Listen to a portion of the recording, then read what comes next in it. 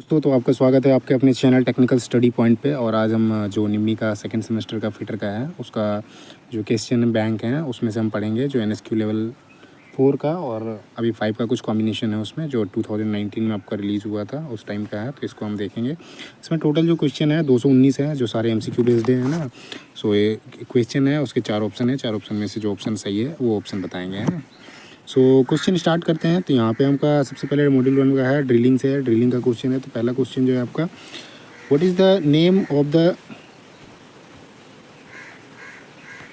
ये so what is the name of the angle marked X in the reamer. तो ये x part का पूछ रहा है। ये एक्स जो है ये कौन सा, इस रीमर के एक्स के रूप में चिह्नित कोण का नाम क्या है। तो ये एक्स का पार्ट का नाम पूछा है, ये कौन सा है ना। तो ये जो है इसको बोलते हैं आपका हेलिक्स एंगल। ये रैक एंगल भी हो जाएगा, ठीक है। लेकिन यहाँ पे जहाँ हेलिक्स ऑप्शन मिलता है हेलिक्स का, वहाँ पे हेलिक्स को प्रायोरिटी दी जाती है, रैक को नहीं दिया जाता है ना, क्योंकि हेलिक्स एंगल को ही रैक एंगल बोलते हैं। अगला सवाल पे चलते हैं, दूसरे नंबर क्वेश्चन पे। तो दूसरा नंबर क्वेश्चन जो है, what is the name of the purpose what is the name of the process of finishing the drill hole. तो ड्रिल किए गए छेद को फिनिश करने का जो प्रक्रिया है उसका नाम क्या है। तो उसको बोलते हैं आपका रीमिंग, है ना। तो रीमिंग जो है आपका ड्रिल किया हुआ छेद जो होता है उसको फिनिश करने की जो प्रक्रिया होती है उसको रीमिंग बोलते हैं। थर्ड क्वेश्चन पे आते हैं। तो थर्ड क्वेश्चन पे आपका है, why hand reamer have uneven spacing of teeth. तो हैंड रीमर जो होता है उसके दांतों में असमान जो है अंतराल होता है। तो उसके पीछे कारण क्या होता है उसके बारे में पूछा है। तो वो क्या होता है, और चैटरिंग को कम करने के लिए होता है। तो आपका ये जो है रेड्यूस चैटरिंग है ना। चैटरिंग को कम करने के लिए जो होता है रीमर में अनइवन स्पेसिंग टीथ में प्रोवाइड किया जाता है। अगले क्वेश्चन पे आते हैं, चौथे नंबर पे। तो चौथा नंबर क्वेश्चन है आपका, what is the purpose of clearance angle in twist drill. तो ट्विस्ट ड्रिल में क्लियरेंस एंगल जो दिया जाता है उसका मेन उद्देश्य क्या होता है उसके बारे में पूछा है। तो उसका जो मेन उद्देश्य होता है आपका प्रिवेंट करता है फ्रिक्शन को of drill behind the cutting edges, है ना। तो ड्रिल के किनारों के घर्षण को रोकने के लिए जो होता है ड्रिल में आपका क्लियरेंस एंगल प्रोवाइड किया जाता है ना। अगले सवाल पे चलते हैं, पाँचवें नंबर क्वेश्चन में। तो पाँचवा नंबर क्वेश्चन है, what is the angle of counter sinking for riveting, है ना। तो रिवेटिंग के लिए पूछ रखा है। रिवेटिंग के लिए जो होता है एंगल, रिवेटिंग के लिए काउंटर सिंकिंग रिवेटिंग, ये रिवरिंग लिख रखा है, ये थोड़ा गलत है, रिवेटिंग होगा, है ना। सो रिवेटिंग के लिए काउंटर सिंकिंग का जो कोण होता है वो कितना होता है उसके बारे में पूछा है। तो वो आपका 75 होता है ना। ये तीनों में आपका आओगे 80 डिग्री होता है आपका सेल्फ टेपिंग के लिए होता है, 90 डिग्री जो होता है स्क्वायर हेड के लिए होता है, और 120 जो होता है थ्रेडिंग के लिए होता है ना, और चैम्परिंग के लिए होता है। अगला चलते हैं छठे नंबर क्वेश्चन पे। तो छठा नंबर क्वेश्चन जो है आपका, ये 6 number question. So what is the reason for over heated drill while drilling. तो ड्रिलिंग करते समय क्या होता है, ड्रिल के ओवर हीट होने का कारण क्या होता है वो महत्वपूर्ण है। तो वो क्यों होता है उसके पीछे कारण पूछा है। तो क्लियरेंस एंगल जो होता है ना इनकरेक्ट होता है, उसके कारण होता है। तो सी जो है आपका सही हो जाएगा। क्लियरेंस एंगल जो होता है इनकरेक्ट होता है, जिसके कारण क्या होता है, ड्रिल जो होता है ड्रिल करते समय ओवर हीट होता है। सातवां नंबर क्वेश्चन देखते हैं। तो सातवां नंबर क्वेश्चन है आपका, what is the name of the operation to enlarge the hole for given depth. तो दी गई गहराई के छिद्र को बड़ा करने के लिए ऑपरेशन का नाम बताएं। मतलब पहले से आपका ऑपरेशन ड्रिल किया हुआ है उसको बड़ा करना है, तो उसके लिए जो होता है बोरिंग करी जाती है ना। तो ये आपका काउंटर बोरिंग जो है ये काउंटर बोरिंग हो जाएगा। आठवें नंबर क्वेश्चन में चलते हैं हम। तो आठवां नंबर क्वेश्चन जो है आपका, हाँ, what will happen if the clearance angle of drill is more. So यदि ड्रिल का क्लियरेंस जो होता है अधिक है तो क्या होगा। तो ड्रिल का यदि आप क्लियरेंस एंगल ज़्यादा देते हो तो उस केस में जो होता है आपका कटिंग एज जो होता है कमज़ोर हो जाता है ना। तो ये आपका सी जो है आपका सही हो जाएगा। Cutting edge will become weak, cutting edge जो होता है कमज़ोर हो जाएगा। नौवां नंबर क्वेश्चन पे आते हैं। तो नौवां नंबर क्वेश्चन है, what will happen if the spindle running out of centre while drilling. तो ड्रिलिंग करते के समय क्या होता है, स्पिंडल जो होता है केंद्र से जो होता है बाहर चल रहा है तो क्या होगा। तो उस केस में आपका जो होगा होल जो हो जाएगा वो बड़ा बन जाएगा, है ना। तो डी जो है आपका अधिक आकार का छेद बन जाते हैं। तो over size hole are made है, तो बड़ा साइज़ का जो होल हो जाएगा वो बन जाएगा यदि आपका स्पिंडल रनिंग आउट होगा सेंटर से यदि बाहर होगा ड्रिलिंग करते समय स्पिंडल, तो आपका ओवर साइज होल बनेगा। अगले क्वेश्चन पे आते हैं 10वें नंबर क्वेश्चन में। तो 10वें नंबर क्वेश्चन को थोड़ा जूम आउट कर देता हूँ जिसमें आपको दिखाई देगा। सो ये है 10वां नंबर क्वेश्चन, ये थ्रेड का दे रखा है। What is the name of the element mark as X of the thread. Thread के एक्स रूप में चाहिए तो तत्व का नाम क्या है। तो ये एक्स जो दिखा रहा है ये क्या है, तो ये आपका पिच है ना। तो सी जो है वो सही हो जाएगा। एक थ्रेड से दूसरे थ्रेड का क्रेस्ट के टॉप के बीच की दूरी जो है वो आपका पिच कहलाता है ना। रूट जो होता है निचला भाग रूट कहलाता है, क्रेस्ट आपका टॉप पार्ट होता है, और लीड जो होता है एक राउंड में जितना होता है, मतलब लीड जो होता है एक राउंड में जितना घूम के जाता है वो आपका लीड होता है ना। अगला चलते हैं, फ्लैंक जो होता है वो साइड वाला होता है पार्ट, उसको साइड को फ्लैंक बोलते हैं। अगला चलते हैं 11वें नंबर क्वेश्चन में। सो 11वां नंबर क्वेश्चन जो है आपका, what A represent in grinding wheel specification. ये स्पेसिफिकेशन दिया हुआ है, इसमें पूछा है ए जो है वो क्या दर्शा रहा है ना, ग्राइंडिंग व्हील जिसका विनिर्देश है, और इसमें ए क्या दर्शाता है। तो ए जो है आपका एब्रेसिव है ना, टाइप ऑफ एब्रेसिव हो जाएगा। डी जो है उसका सही है, अब घर्षक का प्रकार है। अगले सवाल पे चलते हैं 12वें नंबर क्वेश्चन में। तो 12वां नंबर क्वेश्चन जो है, what is to be done after dressing the grinding wheel to run concentric, है ना, कॉन्सेंट्रिक चलने के लिए नए ग्राइंडिंग व्हील को लगाने के बाद क्या करना चाहिए। तो जब भी आप ड्रेसिंग हो जाता है, रिशार्पनिंग करा जाता है ग्राइंडिंग व्हील को, लेकिन ये कॉन्सेंट्रिक का बात कर रहा है ना, तो जब भी हम उसको लोड करते हैं तो उस टाइम कॉन्सेंट्रिक जो होता है वो ट्रूइंग करी जाती है ना। सो ट्रूइंग जो है वो सही आंसर हो जाएगा। जब हम मतलब कॉन्सेंट्रिक चलाने करते हैं, नया जो ग्राइंडिंग व्हील माउंटिंग करते हैं, उसके बाद क्या करते हैं, उसको ट्रूइंग करते हैं। सो 13 नंबर क्वेश्चन पे आते हैं। तो 13 नंबर क्वेश्चन में आपका है, what is the product obtain from blast furnace. तो ब्लास्ट फर्नेस से जो उत्पाद प्राप्त किया जाता है उसको क्या बोलते हैं। सो आपका पिग आयरन होता है। कास्ट आयरन जो होता है उसका क्यूपोलस निकल जाता है। रॉट आयरन जो होता है वो पुडलिंग फर्नेस होता है। अगला चलते हैं 14 नंबर क्वेश्चन। तो 14 नंबर क्वेश्चन में, which metal is use to manufacture magnet, ball bearing और cutting tool. Magnet, ball bearing और कटिंग टूल के निर्माण के लिए किस धातु का उपयोग किया जाता है। तो वो आपका कोबाल्ट होता है ना। अगले सवाल पे चलते हैं 15 नंबर क्वेश्चन पे। तो 15 नंबर क्वेश्चन ये रहा आपका, how much copper content in pyrite ore. तो पायराइट ओर में जो होता है, अयस्क में तांबा जो होता है कितना परसेंट होता है या फिर कितना होता है। तो वो आपका जो होता है 0.32% करके आता है। ये परसेंट नहीं लिखा है, 0.32 होता है ना। 32% जो होता है वो आपका पायराइट होता है। अगला चलते हैं 16 नंबर क्वेश्चन पे। तो 16 नंबर क्वेश्चन है, which metal is resistance to many types of acid. तो कौन सी धातु जो है कई प्रकार के अम्लों का जो होता है प्रतिरोध करती है। तो वो कौन सा होता है, वो आपका लेड होता है। तो सी जो है आपका सही आंसर हो जाएगा। अगला जो है 17 नंबर क्वेश्चन। 17 नंबर क्वेश्चन में क्या है, what is the use of telescopic gauge. तो टेलीस्कोपिक गेज का जो उपयोग है वो क्या है। तो उसका उपयोग जो होता है, measuring size of holes and slot, छेद हो गया, स्लॉट के आकार के जो होते हैं उसको मापने के लिए टेलीस्कोपिक गेज का उपयोग किया जाता है ना। 18 नंबर क्वेश्चन में आते हैं। तो 18 नंबर क्वेश्चन में, which method is suitable to remove the broken stud very near to the surface. सतह के जो पास टूटे हुए स्टड को निकालने के लिए कौन सी विधि जो होती है सबसे उपयुक्त होती है। 4 ऑप्शन दे रखा है उसमें से, क्योंकि सारे के सारे आपके मेथड जो हैं आपके जो स्टड टूटा हुआ रहता है उसको निकालने के लिए उपयोग किया जाता है। तो इसमें जो होता है, जो आपका सतह का ऊपर रहता है उसमें आपका प्रिंग पंच मेथड यूज़ किया जाता है ना। प्रिंग पंच मेथड जो होता है उससे यूज़ किया जाता है। जो बिल्कुल सतह के पास होता है, ब्रोकन स्टड टूटा हुआ है, तो उसको निकालने के लिए सुटेबल विधि जो है ये आपका प्रिंग पंच मेथड है। 19 नंबर क्वेश्चन में आते हैं। तो 19 नंबर क्वेश्चन में, what is the angle of counter sink head screw. अभी जैसे बताया था, तो हेड स्क्रू का जो होता है आपका काउंटर सिंकिंग के लिए वो आपका 90 डिग्री का होता है ना। तो बी जो है सही आंसर है। अगला है 20 नंबर क्वेश्चन पे चलते हैं। ये आपका दिखाया हुआ है ड्रिल बीट का। इसमें पूछा है एक्स जो है वो एक्स क्या है ना। ये जो है आपका एक्स क्या है, ये उसके बारे में पूछ रखा है। तो ये जो है आपका लीप है ना, लीप। तो ये लीप क्लियरेंस एंगल है, लीप क्लियरेंस एंगल है। सो डी जो है इसका सही आंसर है। अगला जो है 21 नंबर क्वेश्चन में आते हैं। तो which angle is determined by the helix angle in drill beat. तो ड्रिल बीट में हेलिक्स कौन से निर्धारित किया जाता है। तो वो आपका रैक एंगल जो होता है उससे निर्धारित किया जाता है ना। अगला चलते हैं 22 number question, what is the use of reamer. Reamer का उपयोग क्या है। तो रीमर का जो उपयोग होता है ये किया जाता है ड्रिल के जो छेद होते हैं उसको बड़ा करने के साथ साथ फिनिश करने का। तो finishing to correct size of the drill hole, है ना, ड्रिल किए गए छेद के सही आकार को फिनिशिंग करना है। तो डी जो है आपका सही आंसर हो जाएगा। अगला चलते हैं 23 नंबर क्वेश्चन पे। तो 23 नंबर क्वेश्चन जो है आपका, ये what is the purpose of type N twist drill. तो टाइप एन ट्विस्ट ड्रिल का उद्देश्य क्या होता है। इसमें 3 तरह के होते हैं, एन, एस और एच होता है ना। तो एन जो होता है आपका सॉफ्ट और लो कार्बन स्टील के लिए होता है, नॉर्मल लो कार्बन स्टील के लिए होता है ना। सो ये आपका डी जो है आपका सही आंसर हो जाएगा, सामान्य निम्न कार्बन स्टील के लिए उपयोग किया जाता है। वहीं आपका एस टाइप का, ये एन टाइप का हो गया, एस जो हो जाएगा सॉफ्ट और टफ मटेरियल के लिए, और एच जो होता है वो आपका हार्ड मटेरियल के लिए होता है। अगला चलते हैं 24 नंबर क्वेश्चन पे। 24 नंबर क्वेश्चन पे देखते हैं हम, हाँ 24 हो गया ना, सॉरी 23 हुआ है ना। 24 नंबर क्वेश्चन ये है, so which reamer will have a long taper lead. तो कौन सा मतलब रीमर होता है जिसका लंबा टेपर लीड होता है, उसके बारे में पूछा है ना। तो सॉकेट रीमर जो होता है उसका आपका जो लीड होता है वो लॉन्ग टेपर लीड होता है ना। अगले क्वेश्चन पे चलते हैं 25 नंबर पे।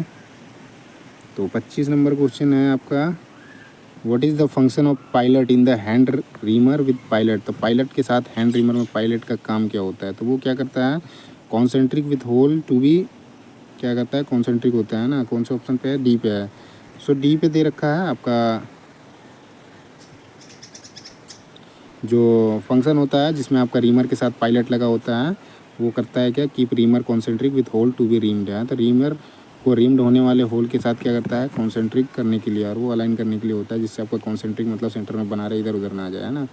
अगले नंबर क्वेश्चन पे आते हैं, 26 नंबर क्वेश्चन पे। तो 26 नंबर क्वेश्चन है, which decide the point angle of drill. तो ड्रिल के बिंदु का कौन, मतलब ड्रिल का जो बिंदु कौन होता है उसको कौन तय करता है, उसके बारे में पूछ रहा है ना। तो जिस मटेरियल पे आप करते हो ड्रिल, उस पर डिफाइन करा जाता है। तो ये जो है आपका सही हो जाएगा, ड्रिल मटेरियल जो होता है उसी पर डिपेंड करता है ना। सॉरी, ड्रिल कह रहा हूँ, जॉब का जो मटेरियल होता है जिस पे आपको ड्रिल करना है। तो बी जो है आपका सही आंसर हो जाएगा। 27 नंबर क्वेश्चन पे आते हैं। तो 27 नंबर क्वेश्चन क्या है, what is the drill size of reaming 10 mm hole if under size is 0.2 mm and over size is 0.05 mm, है ना। सो 10 mm के छेद के लिए रीमिंग करने के लिए ड्रिल का आकार क्या होगा, अगर अंडर साइज 0.2 mm और ओवर साइज जो है 0. तो इसमें आपका ड्रिल का साइज़ निकालने के लिए क्या होता है, ड्रिल का जो साइज़ दिया होता है, जैसे रीमिंग करना है तो रीमिंग के लिए ड्रिल साइज़ दे रखा है आपका 10 mm का, 10 प्लस 10 माइनस करना होता है अंडर साइज़ को प्लस ओवर साइज़ को, है ना, ओवर साइज़ को। So under size over size ये कितना हो जाएगा, 0.25 हो जाएगा, है ना, 0.25, और 10 से माइनस करोगे तो ये आपका आ जाएगा 9.75 आ जाएगा। तो बी जो है आपका सही आंसर हो जाएगा, है ना। अगला क्वेश्चन चलते हैं, 28 नंबर क्वेश्चन। सो 28 नंबर क्वेश्चन में एक टूल दे रखा है, इस टूल का नाम पूछा है, what is the name of the tool. तो ये स्टार व्हील ट्रेसर है ना। सो सी जो है इसका सही आंसर हो जाएगा। अगले क्वेश्चन पे चलते हैं हम, 29 नंबर पे, which indicate the strength of bond in grinding wheel. तो कौन सा ग्राइंडिंग व्हील में बॉन्ड की ताकत को दर्शाता है, उसके बारे में पूछा है ना। तो ये जो दर्शाता है आपका ग्रेड जो है आपका bond of strength of bond जो है वो दिखाने का काम करता है ग्रेड में, है ना। अगला चलते हैं 30 नंबर क्वेश्चन में। तो 30 नंबर क्वेश्चन क्या है, what is the name of the defect if the surface of grinding wheel develop smooth and shining appearance. तो उस दोष का नाम क्या है, अगर ग्राइंडिंग व्हील की सतह चिकनी और चमकदार हो जाए तो वो आपका ग्लेजिंग होता है, मतलब शाइनिंग थोड़ा आ जाता है उसमें और साथ ही स्मूथ हो जाता है। 31 नंबर क्वेश्चन में आते हैं हम। सो 31 नंबर क्वेश्चन है आपका, why agricultural equipment is made of wrought iron. तो क्यों कृषि उपकरण रोट आयरन के बनाए जाते हैं, तो उसके पीछे क्या होता है, उसका कारण मेन पूछा है ना। तो वो आपका कोरोजन रेजिस्टेंस होता है ना, मतलब जंग प्रतिरोधी होता है रोट आयरन, जिसके कारण उसका उपयोग जो होता है एग्रीकल्चर मतलब कृषि उपकरण बनाने में उसका उपयोग किया जाता है। और साथ ही आपका क्रेन का जो हुक होता है उसका भी रोट आयरन से ही बनाया जाता है ना। 32 नंबर क्वेश्चन में आते हैं। तो यहाँ पे दिख रखा है, what is the name of the part marked X in blast furnace. तो ब्लास्ट फर्नेस में एक्स के रूप में चिह्नित भाग का नाम बताएं। तो ये आपका ब्लास्ट फर्नेस, ये है ब्लास्ट फर्नेस, इसमें एक्स का नाम पूछा है। तो ये एक्स क्या है उसके बारे में पूछा है ना। तो ये जो है आपका 2 ईयर्स है ना, ये आपका ए जो है आपका 2 ईयर्स है। अगला है आपका 33 नंबर क्वेश्चन। 33 नंबर क्वेश्चन देखते हैं, इसमें क्या पूछा है, what is the range of carbon content in cast iron alloy. तो कास्ट आयरन में कितना होता है अलॉय, कार्बन कंटेंट की रेंज क्या होती है उसके बारे में पूछा है। तो कार्बन जो होता है, कार्बन परसेंट कास्ट आयरन में 2 से 4% होता है। तो ये जो है इसका सही आंसर हो जाएगा। अगला है 34 नंबर क्वेश्चन। 34 नंबर क्वेश्चन में देखते हैं, इसमें रीडिंग पूछा हुआ है, क्या एक्स का पार्ट का नाम पूछा है ना। 34 नंबर क्वेश्चन में एक्स का पार्ट का नाम पूछा है। तो ये क्या है, ये आपका थिम्बल है ना, ये आपका सी जो है सही आंसर हो जाएगा। अगला है 35 नंबर क्वेश्चन में आते हैं। सो यहाँ पे देखो ये क्या कर रहा है, एक वर्क कर रहा है ना, what is the method of removing the broken stud. तो टूटे हुए स्टड को निकालने की विधि दिखा रहा है इसमें, ये क्या कर रहा है, तो ये आपका देखोगे पंच यूज कर रहा है, तो ये प्रिंग पंच मेथड हो जाएगा, है ना। सो बी जो है आपका सही आंसर हो जाएगा। अगले क्वेश्चन पे चलते हैं 36 नंबर पे, what is the operation of bevelling the end of a drill hole. एक ड्रिल किए गए छेद के अंत को बेवलिंग करने का कार्य क्या है, तो वो आपका जो होता है काउंटर सिंकिंग होता है ना। अगले क्वेश्चन पे चलते हैं हम 37 नंबर क्वेश्चन पे। तो यहाँ पे आपका what is the effect if the clearance angle is incorrect. यदि क्लियरेंस एंगल जो होता है गलत होता है उस केस में प्रभाव क्या होगा उसके बारे में पूछा है ना। तो उस केस में जो आपका आएगा, मतलब जो ड्रिल बीट होता है वो ज़्यादा हीट होगा, है ना। तो ये बी जो है आपका सही आंसर हो जाएगा, ओवर हीटेड ड्रिल हो जाएगा। 38 नंबर क्वेश्चन में देखते हैं, इसमें भी एक्स पार्ट का नाम पूछा है, what is the name of part marked as X, है ना। सो ये 38 नंबर का देखते हैं पहले फिगर। हाँ, ये आपका फिगर दिखा रखा है ना, ये रीमर का है, इसका दिखा रखा है। तो इसमें आपका एक्स पार्ट का नाम पूछा है ना। तो ये जो है आपका, ये आपका नेगेटिव रेक्टेंगल है ना। सो इसका डी जो है वो आप सही आंसर हो जाएगा। अगला चलते हैं 39 नंबर क्वेश्चन में। तो 39 नंबर क्वेश्चन है, which reamer is use for reaming internal metric most taper hole, है ना। आंतरिक मेट्रिक मोस्ट टेपर होल को रीमिंग करने के लिए किस रीमर का उपयोग किया जाता है उसके बारे में पूछा है। तो उसके लिए जो होता है आपका socket reamer with parallel shank जो होता है उसका इस्तेमाल किया जाता है, जो internal metric most taper hole होता है ना। सो डी जो है आपका सही आंसर हो जाएगा, समांतर सॉकेट शैंक के साथ सॉकेट रिमर का इस्तेमाल किया जाता है। अगला देखते हैं 40 नंबर क्वेश्चन। तो 40 नंबर क्वेश्चन में ये आपका रीमर का फिगर दिखा रहा है ना। So name the type of the reamer है ना, रीमर का नाम पूछा है, इस रीमर का नाम क्या है, तो ये आपका हैंड रीमर है ना। ये जो है आपका सही आंसर हो जाएगा। ये फिगर में आप कैसे चेकआउट करोगे, ये आप देखोगे ना, ये स्क्वायर शेप में है, मतलब इस तरह का शेप में है, चारों तरफ से ऐसे ही बनेगा। तो ये जो होता है आपका ये आपका इस तरह से बनेगा, तो ये आपका हैंड रीमर होता है ना। 41 नंबर क्वेश्चन में आते हैं। तो ये आपका एक फोकस फिगर दिखा रखा है, इसमें एक्स पार्ट का नाम पूछा है। एक्स जो है ये पूरा का पूरा ये क्या है बोल के है ना। तो ये जो है आपका आर्बर है, ये जो है इसका सही आंसर है ना। 42 नंबर क्वेश्चन में देखते हैं। तो 42 नंबर क्वेश्चन में है which reamer has a long taper lead है ना, कौन से रीमर में एक लंबा टेपर लीड होता है उसके बारे में पूछा है। तो लंबा टेपर लीड जो होता है वो आपका हैंड रीमर में होता है ना। तो बी जो है सही आंसर है। 43 नंबर क्वेश्चन में आते हैं, what is the type of defect on drilled hole. तो ड्रिल किए गए होल पर किस प्रकार का दोष है। तो पहले आपको फिगर दिखाते हैं, फिर उसके बाद इससे पता चलेगा।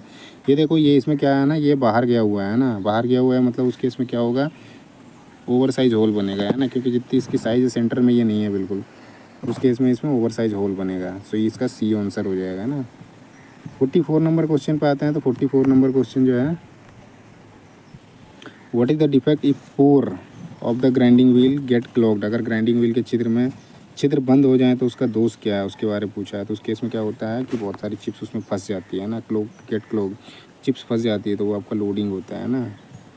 45 नंबर पे आते हैं। तो 45 नंबर क्वेश्चन जो है आपका, which cast iron has the ability to reduce vibration and tool chattering in machine tools. किस कास्ट आयरन में मशीन टूल्स के कंपन और टूल चैटरिंग को कम करने की क्षमता होती है, उसके बारे में पूछा है। तो ग्रे कास्ट आयरन जो होता है उसमें ऐसा प्रॉपर्टीज़ पाया जाता है कि मशीन टूल्स में जो होता है कंपन और टूल चैटरिंग को कम करने की क्षमता होती है। 40 नंबर क्वेश्चन पे आते हैं। तो 40 नंबर क्वेश्चन है, which furnace is use to produce wrought iron. अभी इससे पहले हमने देखा था, तो रॉट आयरन का जो होता है उत्पादन करने के लिए कौन सा भट्टी उपयोग किया जाता है, उसके लिए पूबलिंग फर्नेस होता है। तो सी जो है सही आंसर है। अगला देखते हैं 47 नंबर क्वेश्चन। 47 नंबर क्वेश्चन है, which ore is use to extract zinc है ना, जस्ता निकालने के लिए किस ऐश का उपयोग किया जाता है, इसके बारे में पूछा है ना। सो जिंक निकालने के लिए जो होता है वो कैलामाइन जो होता है, कैलामाइन इसका ऐश होता है ना। सी जो है सही हो जाएगा। बॉक्साइड आपका एल्युमिनियम के लिए होता है, गैलेना जो होता है लेड के लिए होता है, कैसेराइट जो होता है टीन के लिए होता है। अगला देखते हैं 48 नंबर क्वेश्चन में। तो which tool is use to check the internal clearance और द बियरिंग। किस उपकरण का उपयोग बियरिंग की आंतरिक क्लियरेंस जांच करने के लिए उपयोग किया जाता है। तो उसके लिए जो होता है फीलर गेज का इस्तेमाल किया जाता है। जो भी बियरिंग की इंटरनल क्लियरेंस देखना होता है, आंतरिक क्लियरेंस को चेक करने के लिए आपका फीलर गेज का उपयोग किया जाता है ना। तो बी जो है सही आंसर है। अगला है 49 नंबर क्वेश्चन में, एक फिगर दिया हुआ है, इसमें एक एक्स पार्ट का नाम पूछा है। तो एक्स क्या है ना। सो ये एक्स जो है इसका फिंगर है ना। अगले सवाल पे चलते हैं। सी जो है इसका सही आंसर हो जाएगा, फिंगर हो जाएगा ना। 50 नंबर क्वेश्चन पे आते हैं। तो एकमी थ्रेड का एंगल पूछा है, एकमी थ्रेड का एंगल मतलब कोण कितना होता है, तो 29 डिग्री का होता है ना। अगले सवाल पे आ रहा है, ये इसमें से 55 डिग्री है, BSW BSF, और ये जो BSW BSF ये होते हैं उनके आपके 55 डिग्री होते हैं ना। 51 नंबर क्वेश्चन पे आते हैं। तो what is the advantage of centre screw in die stock. तो डाई स्टॉक में सेंटर स्क्रू का लाभ क्या होता है, उसके बारे में पूछा है ना। तो वो क्या करता है, डेप्थ ऑफ कट को एडजस्ट करने का काम करता है ना। सो बी जो है इसका सही हो जाएगा, to adjust depth of cut की गहराई को समायोजित करने के लिए जो होता है डाई स्टॉक में आपका सेंटर स्क्रू प्रोवाइड किया जाता है ना, और उसी का मेन एडवांटेज जो होता है वही है। 52 नंबर क्वेश्चन में आते हैं। तो 52 नंबर क्वेश्चन है, ये रहा 52 नंबर क्वेश्चन। इसमें आपका एक्स पार्ट का नाम पूछा है। तो what is the name of X in of element of screw marked as X है ना। 30 पार्ट का पूछा है, तो ये आपका एंगल हो जाएगा ना, थ्रेड एंगल जो है आपका डी सही आंसर हो जाएगा। अगला देखते हैं 53 नंबर क्वेश्चन पे। तो 53 नंबर क्वेश्चन में which term describe the axial movement of screw in one complete turn है ना। तो कौन सा पद एक पूर्ण घुमाव में स्क्रू के अच्छी गति का, मतलब ऐसे चल रहा है ना, ये एक राउंड चलता है तो उसको क्या बोलते हैं, तो उसके बारे में पूछा है। तो वो जो होता है आपका लीड होता है ना। अगला चलते हैं 54 नंबर क्वेश्चन में, how the size of drill beat is measured. तो ड्रिल बीट का साइज़ कैसे लिया जाता है। तो उसका जो साइज़ लिया जाता है बिटवीन लैंड्स के लिया जाता है, लैंड के बीच की जो उसके बीच की जो मतलब ऐसे सर्कुलर आप बना देते हो, ये बना देते हो ना, तो इसमें फ्रूट्स कटते हैं। सो बिटवीन जो लैंड होता है ना, लैंड के बीच उसका साइज़ लिया जाता है ना। तो आपका बी जो है सही आंसर है। अगला है 55 नंबर क्वेश्चन में आते हैं। तो 55 में what is the helix angle in general purpose drill. तो जनरल सामान्य प्रयोजन ड्रिल के लिए हेलिक्स कोण कितना होता है उसके बारे में पूछा है। तो 27.5 डिग्री होता है। तो सी जो है सही आंसर है। 8 से 12 डिग्री ये लीप क्लियरेंस एंगल होता है ना। 118 डिग्री आपका जनरल कंडीशन में आपका जो ड्रिल बिट का पॉइंट एंगल होता है उसका होता है, और सिंगल में आपका 59 हो जाएगा। इस जनरली इसका नहीं पूछा जाता है, ये पूछा जाता है। तो पॉइंट एंगल पूछा जाता है, 118 डिग्री होता है ना। अगला चलते हैं 56 नंबर क्वेश्चन में। ये आपका फिगर दिया हुआ है, स्टूल का नाम पूछा है ना। तो ये देखोगे इसमें आपका काउंटर सिंक टाइप का है और साथ ही ये पायलट ऐड किया हुआ है। तो ये आपका डी जो है सही आंसर हो जाएगा, काउंटर सिंक विथ पायलट है ना, काउंटर सिंक के साथ पायलट। 57 नंबर क्वेश्चन पे चलते हैं। तो विच part of the reamer design for the removal of chips. एक रीमर का कौन सा भाग चिप्स निकालने के लिए डिजाइन किया रहता है उसके बारे में पूछा है। तो वो आपका फ्लूट्स होता है ना। तो बी जो है सही आंसर है। 58 नंबर क्वेश्चन में आते हैं। तो what is the purpose of type S twist drill है ना। टाइप एस ट्विस्ट ड्रिल का उद्देश्य क्या होता है इसके बारे में पूछा है। तो एस टाइप का जो होता है सॉफ्ट और टफ मटेरियल के लिए इसका उपयोग किया जाता है। तो आपका सी जो है आपका सही आंसर हो जाएगा ना। अगला चलते हैं 59 नंबर क्वेश्चन पे। तो 59 नंबर क्वेश्चन है what is the reason for what is the reason for rough holes in drilling. तो ड्रिल में रफ छेद होने का कारण क्या होता है उसके बारे में पूछा है। तो उसमें जब हम रखते हैं ना क्लियरेंस कह रहा हूँ आपका जो ये कटिंग एजेस जो होते हैं शार्प नहीं होते हैं, उस कारण जो होता है ड्रिल के कटिंग एज यदि शार्प नहीं होते हैं तो उस केस में आपका जो है रफ सरफेस बनेगा है ना होल का। 60 नंबर क्वेश्चन में आता है determine the drill size of finishing 19 mm diameter 19 mm hole है ना। As per table under size दिया हुआ है और ये ओवर साइज है। तो सेम चीज़ आपको इसको जोड़ना है, इन दोनों को जोड़ना है और इससे माइनस करना है। तो आप माइनस करोगे तो 18.75 आ जाएगा। सो आपका ये जो है सही आंसर हो जाएगा। 61 नंबर क्वेश्चन पे आते हैं। यहाँ पे एक ऑपरेशन चल रहा है, इस ऑपरेशन का क्या नाम है इसके बारे में पूछा है ना। तो ये क्या कर रहा है, सो ये काउंटर बोरिंग किया जा रहा है इसमें है ना। ये जो हो जाएगा आपका डी जो है वो सही आंसर हो जाएगा, काउंटर बोरिंग। 62 नंबर क्वेश्चन में देखते हैं what is the reason if the drill hole is larger than the size है ना। यदि ड्रिल छिद्र आकार से बड़ा हो तो उसका पीछे कारण क्या होता है उसके बारे में पूछा है ना। तो उसके अनइक्वल ये आपका हो जाएगा कटिंग ये unequal angle of cutting edge, मतलब कर्तन किनारे यदि असमान होंगे, जैसे आपका ड्रिल ये रहा है ना होल करना है, तो इसमें यदि कटिंग एंगल जो है एज जो है वो आपका अनइक्वल रहेगा ना। तो ये इधर भी जाएगा इधर भी जाएगा। अब जैसे इस साइड खराब है ना तो ये इस साइड बढ़ के जाएगा, जितनी इसकी साइज़ है उससे वो बढ़ा जाएगा। तो आपका डी जो है वो सही आंसर हो जाएगा। 63 नंबर क्वेश्चन पे आते हैं। तो 63 नंबर क्वेश्चन आपका जो है यहाँ पे what is the term the top surface joining the two side of thread. तो चूड़ी के दोनों सतहों से जुड़ने वाली सतह को, शीर्ष सतह को क्या कहते हैं, तो उसको आपको क्रेस्ट कहते हैं, और निचले वाले को क्या बोलते हैं, रूट बोलते हैं। फ्लैंक जो होता है ऐसे आपका कटेगा तो ये आपका फ्लैंक हो जाएगा है ना। और पिच जो होता है दो थ्रेड के बीच की दूरी जो होती है वो आपकी पिच होती है। अगला चलते हैं 64 नंबर क्वेश्चन में what V denote in grinding wheel specification. तो इसमें वी का पूछा है, ये क्या दिखा रहा है, ग्राइंडिंग व्हील के वी निर्देश दिया हुआ है, ये दिया हुआ है, इसमें से वी क्या दर्शाता है उसके बारे में पूछा है। तो वी जो है आपका बॉन्ड दिखाया गया है ना, और ये कौन से टाइप का बॉन्ड है उसके बारे में बताएगा। तो वी जो होता है विट्रीफाइड बॉन्ड होता है। अगला चलते हैं 65 नंबर क्वेश्चन में। तो यहाँ पे what type of abrasive wheel is used for grinding die steel. तो डाई स्टील के ग्राइंडिंग के लिए किस प्रकार का अब्रेसिव पहिया का उपयोग किया जाता है उसके बारे में पूछा है। तो उसके लिए जो होता है आपका वाइट एल्यूमिनियम ऑक्साइड का उपयोग किया जाता है डाई स्टील के ग्राइंडिंग के लिए है ना, अब्रेसिव जो होता है। तो आपका सी जो है सही आंसर हो जाएगा, वाइट एल्यूमिनियम ऑक्साइड, सफ़ेद एल्यूमिनियम ऑक्साइड। अगला चलते हैं 66 नंबर क्वेश्चन। इसमें आपका विच term indicate the amount of bond present between the individual abrasive grain है ना। तो कौन सा शब्द जो होता है व्यक्तिगत अपघर्षक ग्रेन्स के बीच मौजूद बॉन्ड की मात्रा को इंगित करता है उसके बारे में पूछा है। तो मेन जो होता है स्ट्रक्चर, आपका स्ट्रक्चर इंडिकेट करता है, अमाउंट ऑफ जो बॉन्ड होता है मतलब अपघर्षक ग्रेन के बीच जो होता है कितनी मात्रा में बॉन्ड की जो मात्रा होती है उसको दिखाने के लिए आपका स्ट्रक्चर जो होता है वो डिफाइन करता है ना। अगला जो है आपका 67 नंबर क्वेश्चन, इसमें एक्स पार्ट का नाम पूछा है। तो ये वर्नियर माइक्रोमीटर का है ना, वर्नियर माइक्रोमीटर का है। तो इस पार्ट का नाम ये ग्रेजुएशन है, इसमें से वर्नियर ग्रेजुएशन है ये ना। हाँ ये वर्नियर डिवीज़न है, सॉरी वर्नियर ग्रेजुएशन कह रहा हूँ, वर्नियर डिवीज़न है। सो डी जो है वो सही आंसर हो जाएगा। अगला जो है ये आपका 68 नंबर पे, ये आपका टेलीस्कोपिक गेज है। इसमें से एक्स के रूप में जो छेद भाग है उसका नाम पूछा है ना। तो ये जो है आपका टेलीस्कोपिक लेग हो जाएगा, तो डी जो है इसका सही हो जाएगा, है ना। ये टेलीस्कोपिक गेज है, उसमें से ये जो है टेलीस्कोपिक लेग है ना। अगला है 69 नंबर क्वेश्चन का, इसमें what is the name of the tool, तो ये आपका काउंटर सिंकिंग टूल है ना। ये आपका सी जो है आपका सही आंसर हो जाएगा। अगले सवाल पे चलते हैं। 70 नंबर क्वेश्चन में ये एक्सपर्ट का नाम पूछा है, what is the name of the angle marked as X in drill bit, तो ये आपका पॉइंट एंगल हो जाएगा, है ना।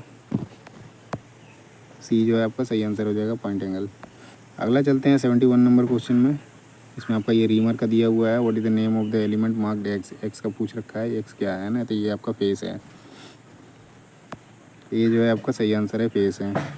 72 नंबर क्वेश्चन में आते हैं, तो यहाँ पे क्या है, which angle determine the rake angle of drills, है ना। कौन सा जो होता है ड्रिल के रेक एंगल को निर्धारित करता है, तो वो आपका हेलिक्स एंगल होता है। तो ये जो है आपका सही आंसर है। अगला 73 नंबर क्वेश्चन में, what is the drill size of 15 mm diameter, है ना। डायामीटर जो है 15 mm है, रीमिंग होल 15 mm, डाया मतलब व्यास जो है 15 mm रीमिंग छेद के लिए ड्रिल आकर के आया। तो इसका स्टैंडर्ड साइज होता है आपका, ओवर साइज जो होता है 0.2 होता है, और अंडर साइज जो होता है 0.05 होता है ना, सॉरी 5 होता है। तो इसको आप माइनस करोगे तो आपका 14.75 आ जाएगा, तो आपका ए जो है आपका सही आंसर हो जाएगा। 74 नंबर क्वेश्चन में आते हैं, तो 74 नंबर क्वेश्चन जो है आपका यहाँ पे आपका उसमें लिखा है, why drill hole are over size in drilling operation. अभी इसका हमने देखा था, तो ड्रिल ऑपरेशन में ड्रिल किए गए छेद क्यों ओवर साइज हो जाते हैं, उसके मेन वही होता है आपका कटिंग एज जो होता है अनइक्वल लीफ लेंथ होता है, या कटिंग एज जो होते हैं उसके बाहर होते हैं, या फिर सही नहीं होते हैं उसके कारण। तो बी जो है अनइक्वल लीफ लेंथ हो जाएगा, असमान लीफ लंबाई के कारण जो होता है ड्रिल ऑपरेशन में ड्रिल किए गए छेद में ओवर साइज में बनते हैं। 75 नंबर क्वेश्चन में आते हैं, तो what is the name of the operation producing flat seat और ड्रिल होल। फ्लैट सीट बनाना है, उसके लिए ऑपरेशन का पूछ रहा है, ड्रिल किए गए छिद्र पर फ्लैट सीट बनाने वाले ऑपरेशन का नाम क्या है, तो आपका स्पॉट पेसिंग होता है, जिसमें आपका फ्लैट सीट बनाया जाता है। 76 नंबर क्वेश्चन में आते हैं, तो what is the purpose of flute in drill, drill में फ्लूट का उद्देश्य क्या होता है, तो वो क्या करता है, फ्लूट्स जो होता है वो चिप्स को बाहर निकालने का काम करता है। तो ए जो हो जाएगा सही हो जाएगा, to drive out the chips, chips को बाहर निकालने का जो कार्य होता है वो फ्लूट्स का ही होता है। 77 नंबर क्वेश्चन में आते हैं, तो यहाँ पे what is the angle of countersink tool use for hole to be threaded, है ना, तो ये आपका 120 डिग्री होता है, डी जो है आपका सही आंसर हो जाएगा। अगला है 78 नंबर क्वेश्चन, तो what is the formula to calculate the blank size of the external thread where pitch and depth, D is equal to depth, है ना। बारी चूड़ी की ब्लैंक साइज जहाँ पे पी पिच हो गया, डी जो है गहराई की गणना के लिए, तो उसका होता है D is equal to D minus पी/10 होता है ना, तो ये जो है आपका सही आंसर हो जाएगा। अगला देखते हैं 79 नंबर क्वेश्चन में, तो ये आपका डाई दिया हुआ है, उस डाई का नाम पूछा है, ये कौन सा टाइप का डाई है ना, तो ये आपका स्प्लिट डाई है ना, सॉरी ये हाफ डाई है, हाफ डाई है ये ना। तो ये जो है आपका सही हो जाएगा, ये हाफ डाई है, इस डाई का नाम पूछा है, तो ये आपका हाफ डाई है ना। 80 नंबर क्वेश्चन में आते हैं, इसमें which type of thread the crest and the root are rounded to form a semi circle, तो किस प्रकार की चूड़ी के रूट और क्रेस्ट अर्धवृत्त बने होते हैं, उसके बारे में पूछा है। तो जो आपका नकल थ्रेड होता है उसमें आपका मिलेगा सेमी सर्कल रूप में, है ना, तो नकल चूड़ी जो होती है उसमें होती है, तो सी हो जाएगा 80 का। अगला क्वेश्चन पे आते हैं 81 नंबर पे, what 5 denoted in grinding wheel, तो इसमें देखते हैं हम यहाँ से, ये सबसे पहले आपका मैन्युफैक्चरर का होता है, फिर एब्रेसिव होता है, फिर ग्रेन होता है, फिर ग्रेड होता है, फिर स्ट्रक्चर होता है, तो 5 जो है आपका स्ट्रक्चर हो जाएगा, सी जो है आपका सही आंसर हो जाएगा। अगला चलते हैं हम 82 नंबर क्वेश्चन पे, तो विच type of bonded wheel is used in foundries for dressing casting, है ना। ड्रेसिंग कास्टिंग के लिए ढलाई में किस प्रकार के बॉन्डेड पहिया का उपयोग किया जाता है, उसके बारे में पूछा है, तो इसमें जो होता है रेजिनेट बॉन्ड का उपयोग किया जाता है ना।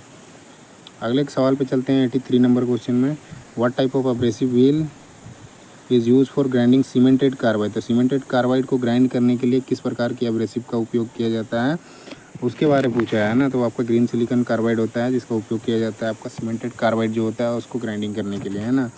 और ये ड्रेसिंग कास्टिंग के लिए ढलाई में जो होता है उसमें किस प्रकार का, उसमें आपका रेजिडेंट बॉन्ड का इस्तेमाल किया जाता है। अगले सवाल पे चलते हैं, तो ये आपका 84 नंबर क्वेश्चन है, इसमें आपका what is the value of 1 vernier division of a micrometer, so 1 vernier, एक वर्नियर माइक्रोमीटर के एक डिवीज़न का मान जो होता है वो क्या होता है, उसके बारे में पूछा है। तो सी जो है आपका 0.009 mm होता है ना। वर्नियर माइक्रोमीटर में जो होता है एक वर्नियर डिवीज़न का जो मान होता है वो 0.009 mm होता है ना। 85 नंबर पे आते हैं, ये फिर से टेलीस्कोपिक गेज का आ गया, इसमें एक्सपर्ट का नाम पूछा है, एक्सपर्ट का नाम ये क्या है बोल के, है ना। तो ये जो है आपका प्लंजर लॉक है, तो सी जो है आपका सही आंसर है। अगला चलते हैं 86 नंबर क्वेश्चन में। तो यहाँ पे ये दिखा हुआ है what is the method of removing broken stud, टूटे हुए स्टड को निकालने की विधि क्या है। तो ये आपका इजी आउट टाइप का है ना, सो आपका ए जो है वो आपका सही हो जाएगा। ये आपका इजी आउट मेथड है जिससे ब्रोकन स्टड को निकाला जाता है ना। सो यहाँ फिगर दिखा के पूछा था, तो ये आपका इजी आउट का मेथड है, तो ये जो है आपका सही हो जाएगा। अगले सवाल पे चलते हैं 87 नंबर क्वेश्चन। तो यहाँ पे why grey cast iron widely use for machine tools, machine tools के लिए ग्रे कास्ट आयरन का व्यापक रूप से उपयोग क्यों किया जाता है, उसके बारे मेन रीज़न क्या है उसके बारे में पूछा है ना। तो ये क्या होता है, वेरी डिफ़िकल्ट टू मशीनिंग होता है, मशीनिंग के लिए जो होता है बहुत मुश्किल होता है, उसके कारण जो होता है। और साथ ही इसमें क्या होता है, लोड सहन क्षमता होती है अच्छी खासी। तो ये आपका वेरी डिफ़िकल्ट टू मशीनिंग जो है वो सही आंसर हो जाएगा, डी जो है वो सही आंसर है ना। अगला 88 नंबर क्वेश्चन। यहाँ पे दे रखा है आपका टैप का साइज, टैप ड्रिल साइज निकालना है। What is the tap drill size for M20 into, ये जैसे 15 लिखा है, ये आपका 1.5 है ना। M20 इंटू 15 के लिए टैप साइज़ क्या होगा, तो इसको आप माइनस कर दो, इसमें आपका 18.5 हो जाएगा। ये आपका जो 15 लिखा है ये आपका 1.5 है ना। ये आपका जो बुक में पढ़ोगे तो ये आपको मिल जाएगा, जो निम्मी का बुक है उसमें पढ़ोगे तो ये मिल जाएगा। 89 नंबर क्वेश्चन में आते हैं। तो what is the drill hole size of 16 mm reamer. So यहाँ पर ड्रिल होल साइज़ निकालना है, जो 16 मिलीमीटर रीमर के लिए ड्रिल छेद का व्यास क्या होगा। तो आपको इसमें 0.25 माइनस करोगे तो आपका 15.75 आ जाएगा। तो ये जो है आपका सही आंसर है। 90 नंबर क्वेश्चन में आते हैं। तो ये आपका ड्रिल का दिया हुआ है, ड्रिल का ये है ना। तो इसमें से एक्स पार्ट का नाम पूछा है, ये एक्स क्या है, तो ये आपका जो है वो पिनियन है ना। ये हैंडल हो जाएगा, ये है आपका चक हो जाएगा, ये हैंडल हो जाएगा। तो ये आपका एक्स पूछा है, एक्स जो है वो आपका पिनियन हो जाएगा। ये जो है बेवल पिनियन, बी जो है वो सही आंसर है। अगला है 91 नंबर क्वेश्चन। इसमें आपका पूछा है what is the size of drill hole for reaming. Reaming के लिए भी सेम चीज़ है, आप इसमें बस इतना ही माइनस करो, 0.25 माइनस करो, तो ये आपका 9.75 आ जाएगा है ना। 91 का जो है 9.75 हो जाएगा। किसमें है, ये आपका बी में जो है वो सही आंसर हो जाएगा। अगला है 92 number question. What is the name of part marked as X in hand reamer. इसमें साइड का पूछा है, ये एक्स पार्ट का नाम क्या है, तो ये आपका टेपर जो है, टेपर लीड एंगल हो जाएगा है ना। सो डी जो है वो सही आंसर हो जाएगा है ना। अगले क्वेश्चन पे चलते हैं 93 नंबर क्वेश्चन में। तो यहाँ पे क्वेश्चन है आपका why drill hole are over size than drilled है। वही चीज़ आपका ये तीसरा क्वेश्चन बार से दोहरा रहा है, क्वेश्चन अलग अलग टाइप से कह रहा है लेकिन ओवर साइज ही बोल रहा है, ठीक है। तो इस केस में यही आपका हो जाएगा unequal length of cutting edges है ना। इसमें एक से पहले आया था क्वेश्चन, उसमें आपका लीप एंगल था, तो ये आपका unequal length of cutting edges जो होते हैं उसके कारण जो होता है साइज जो ओवर साइज बन जाता है ड्रिल का होल का है ना। अगले सवाल पे चलते हैं 94 नंबर क्वेश्चन पे। सो ये आपका what is the countersink angle of chamfering in the end of drill hole for threading. ये क्वेश्चन दोबारा दोहरा रहा है, ये आपका 120 डिग्री हो जाएगा। सो डी जो है वो सही आंसर हो जाएगा। बाकी जैसे बता दिया, ये रिवेटिंग के लिए 75 होता है, हेड स्क्वायर हेड के लिए 90 डिग्री होता है, और 80 डिग्री जो होता है आपका सेल्फ टेपिंग के लिए होता है। अगले क्वेश्चन पे चलते हैं 95 नंबर क्वेश्चन में। तो ये आपका थ्रेड दिया हुआ है, इसका नाम पूछा है, ये कौन सा थ्रेड है ना। तो ये जो है आपका सॉ-टूथ थ्रेड हो जाएगा। सो डी जो है आपका सही आंसर है। 96 नंबर क्वेश्चन में आते हैं। तो ये एक्स पूछा है ना, व्हाट इज़ द नेम और पार्ट मार्क्स एक्स है ना। तो ये आपका थ्रेड है, इसमें एक्स का पार्ट का नाम पूछा है, एक्स क्या है ना। तो ये आपका हेलिक्स एंगल हो जाएगा। सो डी जो है आपका सही आंसर है। अगला जो है 97 नंबर क्वेश्चन, इसमें है why screw centre screw is provided in the die stock. तो सेंटर स्क्रू जो होता है डाई स्टॉक में क्यों प्रोवाइड किया जाता है, उसके पीछे कारण पूछा है। उसमें क्या करते हैं, to adjust the depth of cut. ये क्वेश्चन भी दोहराया गया है, कट की गहराई को समायोजित करने के लिए। 98 नंबर क्वेश्चन में है आपका what is the included angle of metric V thread. तो मेट्रिक वी थ्रेड के सन्निहित कोण क्या होते हैं, तो आपका 60 डिग्री होता है ना। 29 डिग्री होता है एकमी का होता है, 47.5 डिग्री होता है वो बी ए का होता है, 45 डिग्री जो होता है वो बटरेस का होता है। 99 नंबर क्वेश्चन में आते हैं। तो यहाँ पे what 46 represent in standard marking system of grinding wheel. तो ये 46 पूछ रखा है, 46 किस चीज़ को दर्शा रहा है, ग्राइंडिंग व्हील में दिखाओ मानक प्रणाली में, अंकन प्रणाली में 46 क्या दिखा रहा है। तो सबसे पहले जो होता है मैन्युफैक्चरर का होता है, फिर उसके बाद एब्रेसिव होता है, फिर आपका ग्रेन होता है, फिर ग्रेड होता है, फिर आपका स्ट्रक्चर होता है, फिर बॉन्ड होता है ना। सो ये आपका क्या हो गया, एब्रेसिव के बाद ग्रेन हो गया। तो ये आपको 46 जो है वो ग्रेन को दिखाता है। सो 99 नंबर पे आते हैं, ये ग्रेन साइज हो जाएगा है ना, बी जो है सही आंसर हो जाएगा। अगला है 100 number question, what is the tool using in grinding operation. तो ये इसका नाम पूछा है, ये डायमंड ड्रेसर है ना, सी जो है आपका सही आंसर है। अगला 101 number question, what is the colour of aluminium metal. तो एलुमिनियम धातु का जो रंग होता है वो कौन से कलर में होता है, तो आपका ए जो होता है ये वाइट कलर में होता है ना। अगले क्वेश्चन पे आते हैं 102 नंबर क्वेश्चन में। तो यहाँ पे क्या पूछा है, what H denoted in specification of grinding wheel.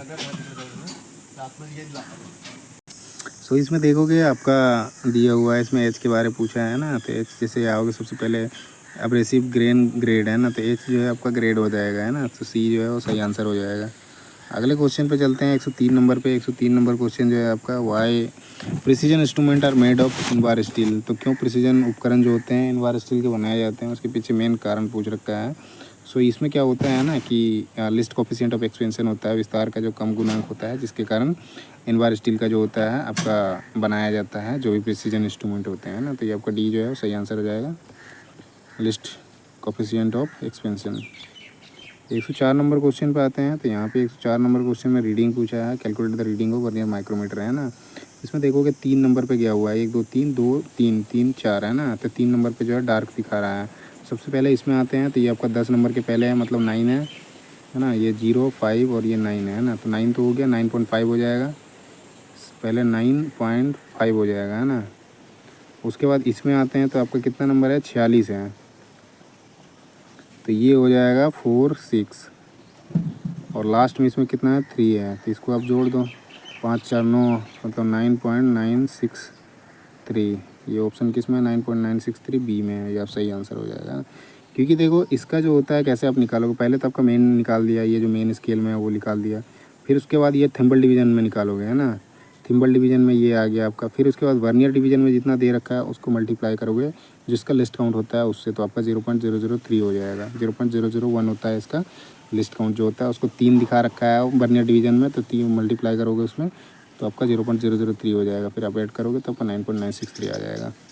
अगला जो है 105 नंबर क्वेश्चन में आते हैं, why limestone serve as flux added to the ore in the blast furnace. तो ब्लास्ट फर्नेस में डाले गए अश्क में चूने के पत्थर प्रवाही फ्लक्स के रूप में क्यों मिलाए जाते हैं, उसके पीछे मेन कारण क्या होता है उसको पूछ रखा है ना।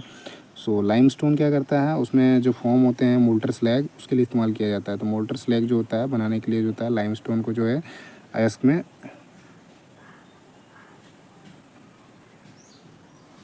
लाइमस्टोन को जो होता है वो मिलाया जाता है ना।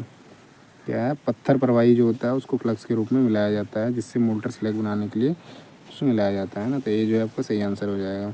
अगला 106 नंबर क्वेश्चन में, why which micrometer having provision of interchangeable anvils. तो कौन से माइक्रोमीटर में निहाई को, एनविल जो होता है उसको निहाई बोलते हैं, तो आंतरिक रूप से बदलने का प्रावधान होता है। तो डेप्थ माइक्रोमीटर होता है, उसी में आपका एक्सटेंशन लगे रहे, एक्सटेंशन मिलते हैं ना। तो डेप्थ ऑफ एक्सटेंशन मेजरमेंट करने के लिए आपका मल्टीपल्स एक्सटेंशंस रोड होते हैं उसको इस्तेमाल किया जाता है। तो ये जो है आपका सही आंसर हो जाएगा। 107 नंबर क्वेश्चन में आते हैं, which factor determine the selection of wire in screw thread micrometer. So screw thread micrometer का कौन सा वायर चयन का स्वरूप निश्चित करता है, मतलब फैक्टर पूछ रहा है कौन सा डिटरमाइन करता है स्क्रू थ्रेड माइक्रोमीटर में। सो वो जो होता है type of thread and pitch होता है ना। सो बी जो है आपका सही आंसर हो जाएगा। अगले क्वेश्चन पे चलते हैं 108 नंबर क्वेश्चन पे। ये आपका what is measure with telescopic gauge. तो टेलीस्कोपिक गेज से क्या मापा जाता है उसके बारे में पूछा है। तो जो होल्स होते हैं, स्लॉट्स होते हैं और रेसेस होते हैं उसको मेजरमेंट करने के लिए टेलीस्कोपिक गेज का यूज़ करते हैं। तो डी जो है आपका सही आंसर हो जाएगा। छिद्र स्लॉट हो गया और रेसेस को और मेजरमेंट करने के लिए टेलीस्कोपिक गेज का इस्तेमाल किया जाता है। 109 नंबर क्वेश्चन पे आते हैं। सो what is produce from blast furnace. ये क्वेश्चन रिपीट है। तो ब्लास्ट फर्नेस से क्या उत्पन्न किया जाता है, तो पिग आयरन उत्पन्न किया जाता है ना।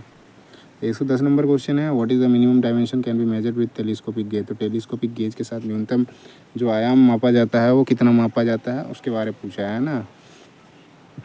तो उससे जो होता है मिनिमम 8 mm का मापते हैं। ये जो है आपका सही आंसर हो जाएगा। अगले क्वेश्चन का चलते हैं 111 नंबर पे। ये आपका दिखा रहा है बिलो 8, मतलब which gauge is use to measure the below 8 mm dimension, और ये फ़ोटो दे रखा है ना। ये आपका स्मॉल होल गेज हो जाएगा। बी जो है आपका सही आंसर हो जाएगा ना। 112 नंबर क्वेश्चन में आते हैं। तो which cast iron has the ability to minimise tool chatter in machine tools, ये क्वेश्चन रिपीट है। तो किस कास्ट आयरन में मशीन टूल में टूल चटर को कम करने के लिए करने की क्षमता होती है? तो आपका ग्रे कास्ट आयरन जो होता है उसमें ये प्रॉपर्टी पाई जाती है। तो ये जो है आपका सही आंसर हो जाएगा ना। अगला क्वेश्चन पे चलते हैं। ये फिटिंग असेंबली का आ गया। सो ये लिमिट फिट टॉलरेंस का जो है उससे क्वेश्चन बनते हैं यहाँ पे। तो 113 नंबर क्वेश्चन पे आते हैं। सो what is the name of the fit, है ना, इस फिट का नाम पूछा है, इस फिट का क्या नाम है? सो इसमें देखोगे ये आपका साफ्ट है और ये आपका होल है। तो साफ्ट जो है बिल्कुल होल से छोटा साइज़ है, तो ये आपका क्लियरेंस फिट हो जाएगा, है ना। और यहाँ पे जैसे दिखा रहा है ये जीरो लाइन से, ये साफ्ट का है नीचे है और होल जो है ऊपर है। इस केस में यदि आपका चेंज हो जाएगा, ये साफ्ट जो है बड़ा हो जाएगा और होल यदि छोटा हो जाएगा, तो उस केस में जो हो जाएगा वो इंटरफेरेंस होता है। और बीच में यदि आता है तो वो आपका ट्रांजिशन होता है ना। अगला चलते हैं 114 नंबर क्वेश्चन। इसमें है what is the term of algebraic difference between a size to its corresponding basis size. मतलब आकार के बीच गणित अंतर को उसके संबंधित मूल आकार में क्या कहा जाता है? मूल आकार में क्या कहा जाता है? ये थोड़ा क्वेश्चन अलग तरीके से लिखा है। मूल आकार को क्या कहा जाता है वो कहेगा जो भी आपका अलजेब्रिक डिफरेंस होता है between size and corresponding basic size. तो बेसिक साइज और जो आपका डिफरेंस होता है, अलजेब्रिक डिफरेंस होता है, उसके बीच का जो अंतर होता है उसको, उस मूल आकार को जो होता है उसको क्या कहा जाता है उसके बारे में पूछा है ना। तो उसको जो होता है आपका अपर डेविएशन कहा जाता है। आकार के बीज गणितीय अंतर को उसके मूल के आकार में क्या कहा जाता है? तो वो आपका जो होता है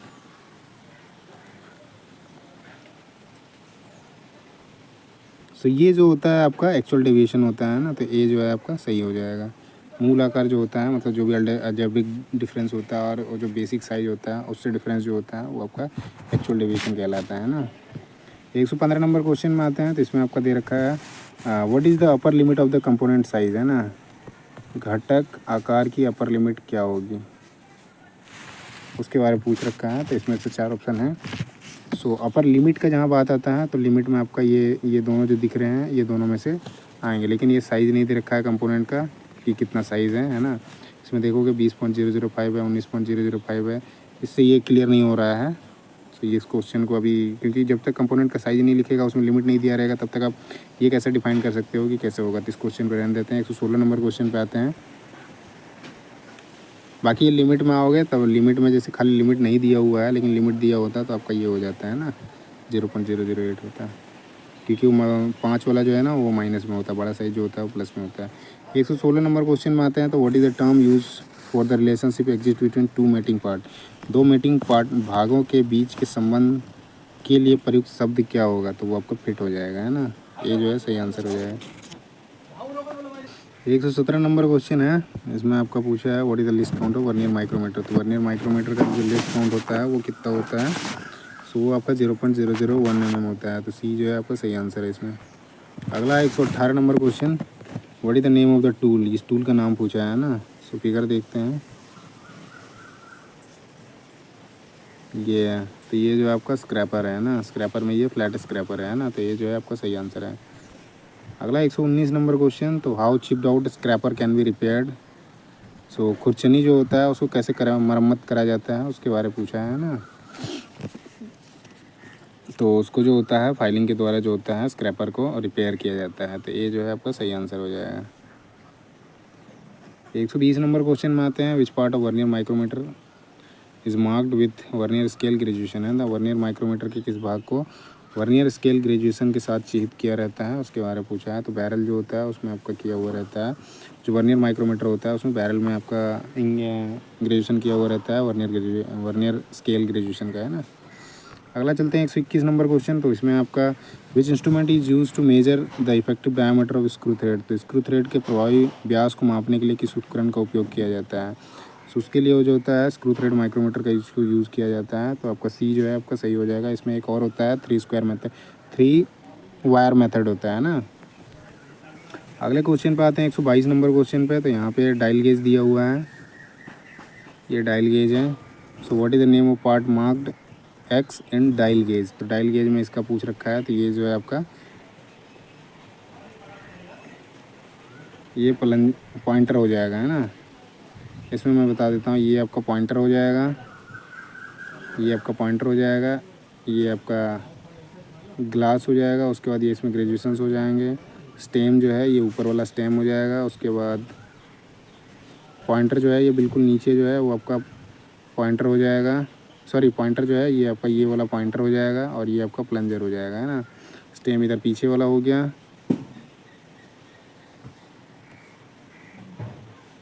बाकी ये जो होता है ये होल्डर होता है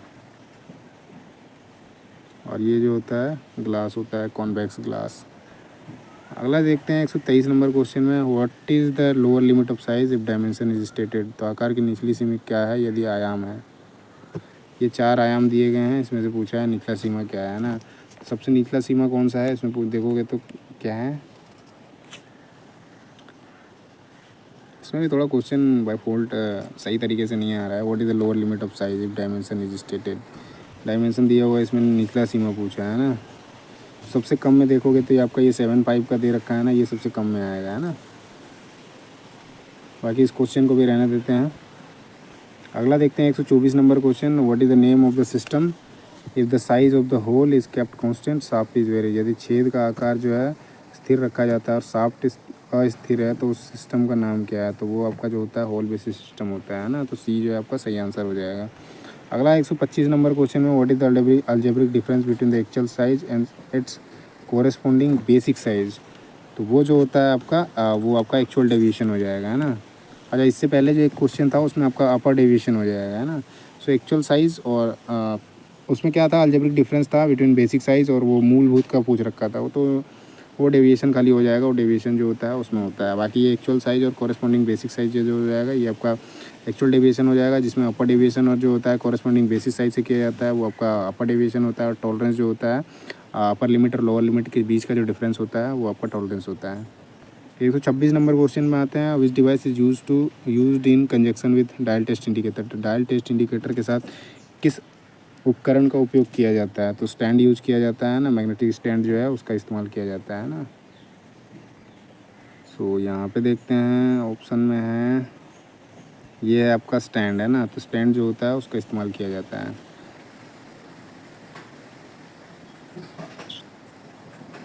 एक मिनट, क्वेश्चन दोबारा देखता हूँ मैं।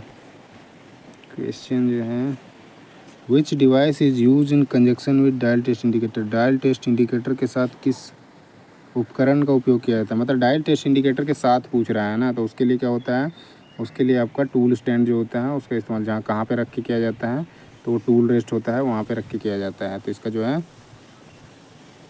सी जो है वो सही आंसर हो जाएगा। अगला चलते हैं हम 127 नंबर क्वेश्चन में। तो यहाँ पे which scraper is use to scrap small diameter hole and deburring edge of hole. तो छोटे व्यास के क्षेत्रों और छेद के किनारों को डीबर करने के लिए किस खुरचनी का उपयोग किया जाता है। तो उसके लिए जो होता है ट्रायंगुलर स्क्रैपर जो होता है उसका उपयोग किया जाता है ना। उसके बाद फ्लैट स्क्रैपर जो होता है लार्ज फ्लैट सरफेस के लिए होता है। और हुक स्पैनर जो होता है जो मिडिल पोर्शन होता है वहाँ पे किया जाता है। ट्रायंगुलर का हमें देख लिया, जो स्मॉल डायमीटर होल्स होते हैं और डीबरिंग एजेस करने होते हैं उसके लिए होता है। और बुल नोच जो होता है स्क्रैपर, इसका उपयोग आपका किया जाता है बियरिंग सरफेस पे स्क्रैपिंग करने के लिए। 128 नंबर क्वेश्चन में आते हैं, which surface is use to scrapping large bearing surface. तो इसके लिए जो होता है आपका फ्लैट स्क्रैपर का उपयोग किया जाता है ना। तो बड़े बियरिंग की सतह को खुरचने के लिए किस सतह का उपयोग किया जाता है। सतह लिख रखा है, स्क्रैपर का उपयोग किया जाता है, तो फ्लैट स्क्रैपर का उपयोग किया जाता है। 129 नंबर क्वेश्चन में आते हैं। तो यहाँ पे आपका what is the difference between maximum limit of size and the minimum limit of size. तो आकार की अधिकतम सीमा और आकार की न्यूनतम सीमा के बीच के अंतर को क्या बोलते हैं। तो वो आपका टॉलरेंस होता है। ये जो है सही आंसर है। 130 नंबर क्वेश्चन में आते हैं, which is grade of tolerance. Tolerance किस ग्रेड की है। तो वो फंडामेंटल टॉलरेंस होता है। तो सी जो है आपका सही आंसर हो जाएगा। 131 नंबर क्वेश्चन में आते हैं, what is the maximum limit of size if the ये देखो, what is the maximum limit of size if the basic size of the hole, ये दे रखा है और इसका डेविएशन दे रखा है ये आपका, है ना। तो मैक्सिमम साइज पूछ रहा है, मैक्सिमम लिमिट पूछ रहा है, तो इसमें जोड़ दो 25.2 हो जाएगा। तो ये जो है आपका सही आंसर हो जाएगा। 132 नंबर क्वेश्चन में आते हैं, ये फिर से वही पूछ रखा है, एक्स पार्ट का नाम पूछ रखा है ना। तो ये आपका प्लंजर ही हो जाएगा, क्योंकि ये दोहरा रखा है दोबारा से। और इसका जैसे आप देखोगे आंसर वो गलत है, मतलब दूसरा दे रखा है। एक को पॉइंटर बोला है, एक को प्लंजर बोला है। तो ये आपका प्लंजर ही है। पॉइंटर जो है ये पॉइंटर आपका ये वाला है ना। अगले क्वेश्चन पे चलते हैं 133 नंबर क्वेश्चन पे। एक ये इंस्ट्रूमेंट दे रखा है, what is the name of the instrument, है ना। तो वो देखोगे, एक होता है प्लंजर टाइप का, एक होता है लीवर टाइप का, है ना। तो जो पहले जो दिखा रहा था वो प्लंजर टाइप का है। ये जो है आपका, ये आपका प्लंजर टाइप का डायल टेस्ट इंडिकेटर है ना। और ये जो है आपका ये लीवर टाइप का है। इसमें देखोगे ये आपका लीवर टाइप का डायल टेस्ट इंडिकेटर है ना। ये आपका है सी जो है सही आंसर है। अगला क्वेश्चन चलते हैं 134 नंबर क्वेश्चन में। Name of the fit, what is the name of the fit. Fit का नाम पूछा है, फिट का नाम क्या है। ये आपका फिगर है, इसमें देखोगे ये आपका बीच में आ रहा है ना। ये आपका जो है साफ जो है ये बिल्कुल बीच में आ रहा है, तो ये आपका इंटरफेरेंस फिट हो जाएगा, है ना। अगले क्वेश्चन पे चलते हैं हम।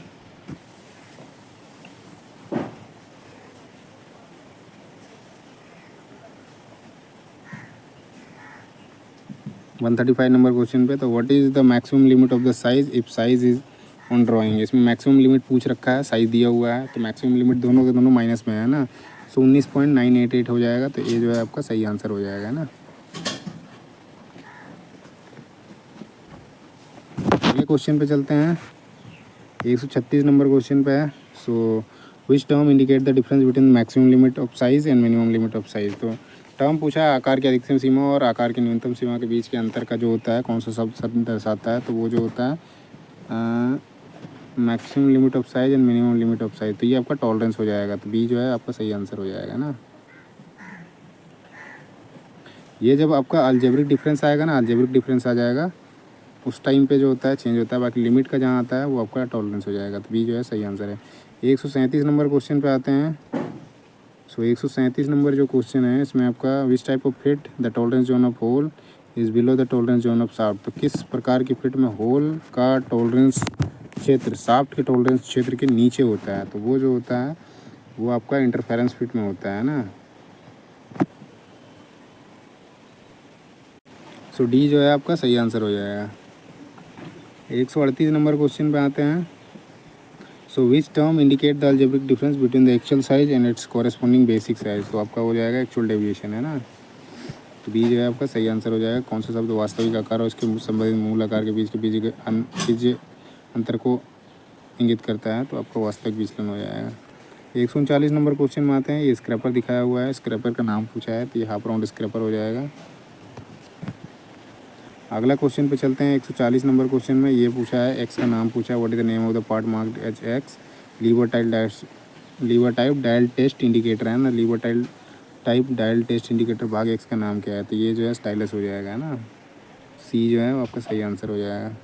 अगला चलते हैं 141 नंबर पे। तो ये एक्स पूछ रखा है, एक्स क्या होगा, है ना। तो ये आपका जो है वो टॉलरेंस जोन है। ये आपका ये जो है आपका सही आंसर हो जाएगा। 142 नंबर क्वेश्चन पे आते हैं। 142 नंबर क्वेश्चन ये है, what is the expression of 30H7/G6। तो 30H7G6 की अभिव्यक्ति क्या है। तो ये कौन सा टाइप फिट है, लेकिन ये फिट है ना। बाकी ये कौन सा टाइप का फिट है, ये क्लियरेंस फिट में आएगा। तो फिट जो है वो सही आंसर हो जाएगा। 142 का ये हो जाएगा ना। अगले सवाल पे चलते हैं। 143 नंबर क्वेश्चन में, what is the lower limit of the size dimension. तो लोअर लिमिट इसमें पूछा है, लोअर लिमिट क्या होगा इसमें दिखा रखा है। तो इसमें से सबसे देखोगे, सब में से सारे ऑप्शन में से देखोगे तो लोअर लिमिट कौन सा हो जाएगा। तो इसमें से आपका डी जो है इसमें आपको दिखाएगा लोअर लिमिट, है ना। बाकी क्योंकि इसमें दिया हुआ नहीं है, वो साइज़ दिया हुआ नहीं है, तो उस पर आप डिफाइन नहीं कर सकते हो। बाकी इस क्वेश्चन भी, ये क्वेश्चन भी वैसा ही रह जाता है। ऐसे जनरली देखोगे तो सबसे कम कौन सा है, इसी में है। बाकी ये लिमिट का पूछ रखा है, लोअर लिमिट का पूछ रखा है ना।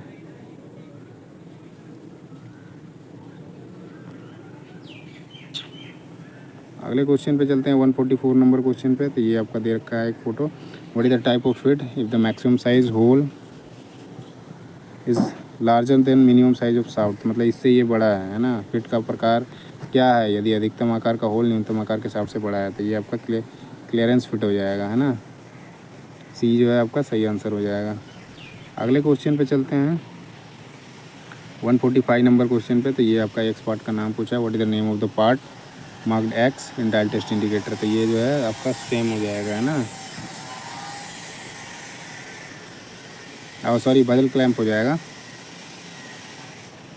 बदल क्लैंप हो जाएगा, वो बदल क्लैंप हो जाएगा। ये ऊपर वाला जो है वो स्टैम्प होता है, स्टैम्प होता है। और ये जो है ये बैक प्लग जो बोल रहा है, ये बैक प्लग ये हो जाएगा जो होल्डिंग का काम करता है। बाकी पॉइंटर ये हो जाएगा, स्टेम हमने देखा ऊपर का है, ये बजल क्लैंप है ना। एक्स पार्ट जो दे रखा है ये। अगले क्वेश्चन पे चलते हैं 146 नंबर क्वेश्चन पे। तो what is the angle of holding the scraper for soft metal. नरम धातु के लिए स्क्रैपर को पकड़ने का जो कोण होता है वो क्या होता है, उसके बारे में पूछा है ना। तो आपका जो होता है 20 डिग्री होता है। सो डी जो है सही आंसर है। 147 नंबर क्वेश्चन में आते हैं। इसमें एक्स पार्ट का पूछ रखा है। X part what is the name mark x. X के रूप में चिह्नित जो भाग है वो क्या है। सो ये जो है आपका अपर डेविएशन है ना। डी जो है सही आंसर है। 148 नंबर क्वेश्चन पे आते हैं। What is the upper deviation of the component side. फिर यहाँ पे साइज़ गायब है, बाकी इसमें जैसे देखोगे अपर साइज़ अपर डेविएशन है तो डेविएशन में ये दोनों आ जाएंगे है ना। तो 8 जो है अपर डेविएशन हो जाएगा 0.008।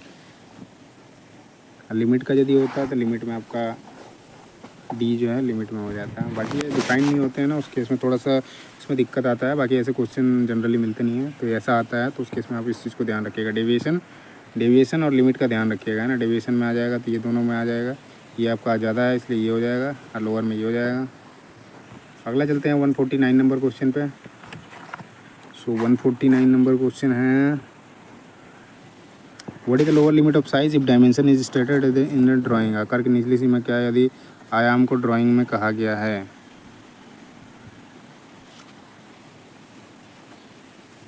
इसमें भी वो डिफाइन नहीं है ना। साइज़ का पूछा है तो साइज़ में देखोगे तो लोअर लिमिट में ये आएगा ना। जैसे कि पहले ये इस तरह के क्वेश्चन भी थे लेकिन ये थोड़ा डाउटेड होते हैं जब नहीं रहता है ना इसका साइज़ दिया हुआ, तो उस केस में आप याद रखना ये 24 mm हो जाएगा। अगला है 150 नंबर क्वेश्चन। इसमें मार्क्ड एक्स का पूछ रखा है तो ये आपका टॉलरेंस जोन हो जाएगा है ना। सो बी जो है आपका सही आंसर हो जाएगा। 151 नंबर क्वेश्चन चलते हैं। Which part indicate the reading of dial test indicator. किस में दिखाता है, तो वो आपका जो होता है पॉइंटर होता है उसमें दिखाता है ना। सो सी जो है आपका सही आंसर हो जाएगा। 152 नंबर क्वेश्चन में आते हैं। So what is the name of the operation. ये ऑपरेशन का नाम पूछा है तो ये स्क्रैपिंग कर रहा है ना। सी जो है आपका सही आंसर हो जाएगा। अगले क्वेश्चन पे चलते हैं। Which scraper is use to scrap the centre portion of large flat surface. Large flat surface को जो होता है जो सेंटर पोर्शन होता है उसको खुरचने के लिए किस खुरचनी का उपयोग किया जाता है, तो उसके लिए आपका फ्लैट स्क्रैपर यूज किया जाता है ना। ये जो है सही आंसर है। 154 नंबर क्वेश्चन पे आते हैं। What is the name of the instrument. इस इंस्ट्रूमेंट का नाम पूछा है। ये तो स्क्रू थ्रेड माइक्रोमीटर हो जाएगा। ये जो सी है आपका सही आंसर है। 155 नंबर क्वेश्चन में आते हैं। तो which instrument is use to magnify small variation in size by means of pointer on a graduation dial. तो ग्रेजुएशन डायल पर पॉइंटर के द्वारा आकार में छोटा बदलाव को मैग्नीफाई के लिए कौन से उपकरण का उपयोग किया जाता है। उसके लिए होता है डायल टेस्ट इंडिकेटर है ना। तो ये जो है आपका सही आंसर हो जाएगा। डायल टेस्ट इंडिकेटर से क्या होता है, जो भी आपका मतलब स्मॉल वेरिएशंस होते हैं उसको मैग्नीफाई करने के लिए आपका डायल टेस्ट इंडिकेटर का उपयोग किया जाता है। 156 नंबर क्वेश्चन में आते हैं। तो यहाँ पे what is the number of fundamental deviation in BIS system. तो BIS सिस्टम में जो होता है फंडामेंटल मतलब आधारभूत कितने मतलब आधारभूत की संख्या जो होती है वो कितना होता है उसके बारे में पूछा है ना। तो वो जो होते हैं वो 25 होते हैं। अगला चलते हैं 157 number question. How many fundamental tolerance जो होता है ग्रेड आर अवेलेबल। कितने आधारभूत टॉलरेंस ग्रेड अवेलेबल थे, वो आपका 18 होता है। इसमें IT नंबर से दर्शाया जाता है इसको। IT 16 तक होता है। IT 0, IT 00, IT 01 ऐसे करके 16 तक जाता है। टोटल 18 होते हैं। उसके बाद आते हैं आपका 158 नंबर पे। तो which precision instrument is use for comparing and determining the variation of the size in the of the component. तो भागों के अपामों में फिर उसके बाद खाली स्थान है ज्ञात करने के लिए ज्ञात करने और तुलना करने के लिए कौन से परिशुद्ध उपकरण का उपयोग किया जाता है। तो उसमें डायल टेस्ट इंडिकेटर का उपयोग किया जाता है। जहाँ पे कंपेयरिंग का होगा मतलब दोनों के बीच में आपका जो माप दिए होते हैं उसको कंपेयर करने का होगा तो उसमें आपका डायल टेस्ट इंडिकेटर ही उपयोग किया जाएगा है ना, जिससे आपका वेरिएशंस का पता चलेगा कितना उसमें वेरिएशंस है। अगला चलते हैं 159 नंबर क्वेश्चन पे। तो what mechanism is use in the lever type dial test indicator है ना।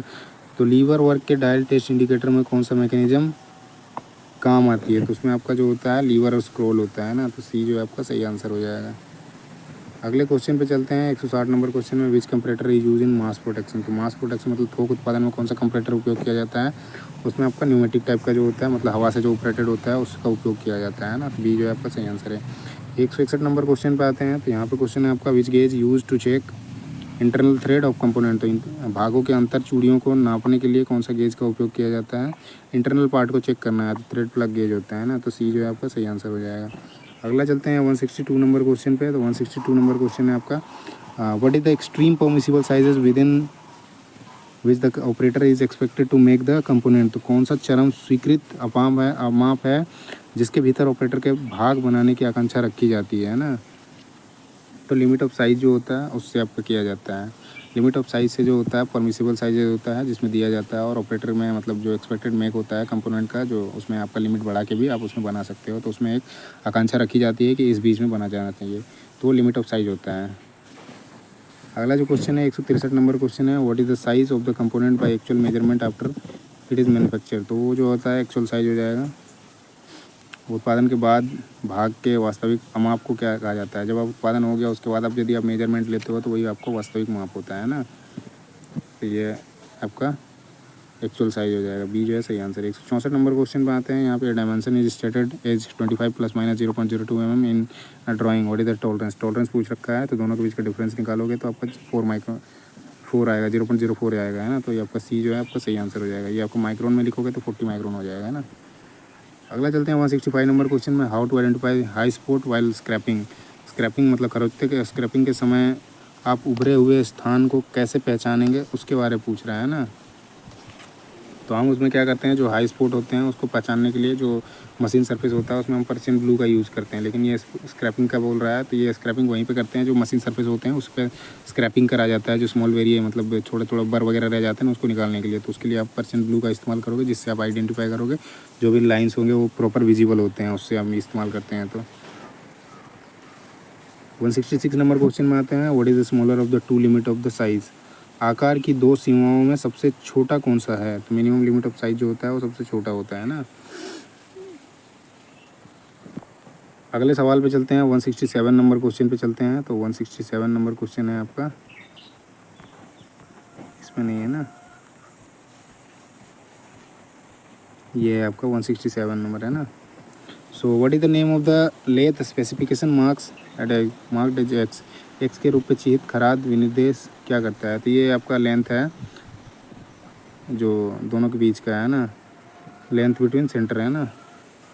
देखो इसमें सी और डी दोनों का दोनों सेम लिख रखा है, तो आपका सी जो है आपका सही आंसर हो जाएगा, लेंथ बिटवीन सेंटर, क्योंकि दोनों के दोनों ऑप्शन दे रखे हैं ना, तो इसमें आपका ज़्यादातर चांसेस होता है उस केस में फंसेगा मामला। So length of centre, length between centre हो जाएगा। 160, ये लेंथ से सारे क्वेश्चन हैं। 168 नंबर क्वेश्चन में आते हैं, इसीलिए यहाँ पे थोड़ा सा वेरी चूक किया था। ये आपका टर्निंग का हो जाएगा, टर्निंग का ये लेथ मशीन के सारे क्वेश्चन है ना। 168 नंबर क्वेश्चन में आते हैं, what is the name of the part marked X in the lathe carriage है ना।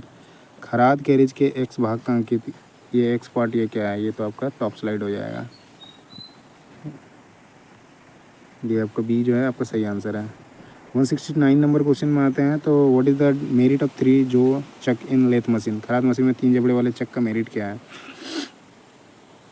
तो मतलब एडवांटेज पूछ रहा है बेसिकली। तो आपका क्या होता है, वर्क को जो है आसानी से सेट किया जा सकता है ना, work can be set with ease, काम आसानी से स्थिर किया जा सकता है। अगले क्वेश्चन पे चलते हैं 170 नंबर पे। ये चक दिया हुआ है, इसमें एक्स पार्ट का नाम पूछा है। What is the name of the part marks S in चीत भाग। ये आपका चक है, इसमें से आपका अंदर का दिखा रखा है, तो ये आपका क्राउन व्हील होता है ना, क्राउन व्हील।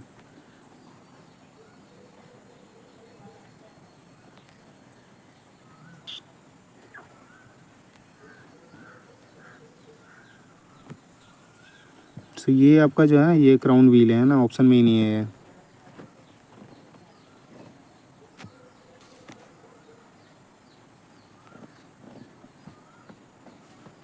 चलिए अगले क्वेश्चन पे चलते हैं। एक्सटर्नल जो इंटरनल जो लिख रखा है इसमें, एक्सटर्नल जो इंटरनल जो बॉडी बैक प्लेट, ये ऑप्शन जो है इसमें गायब है।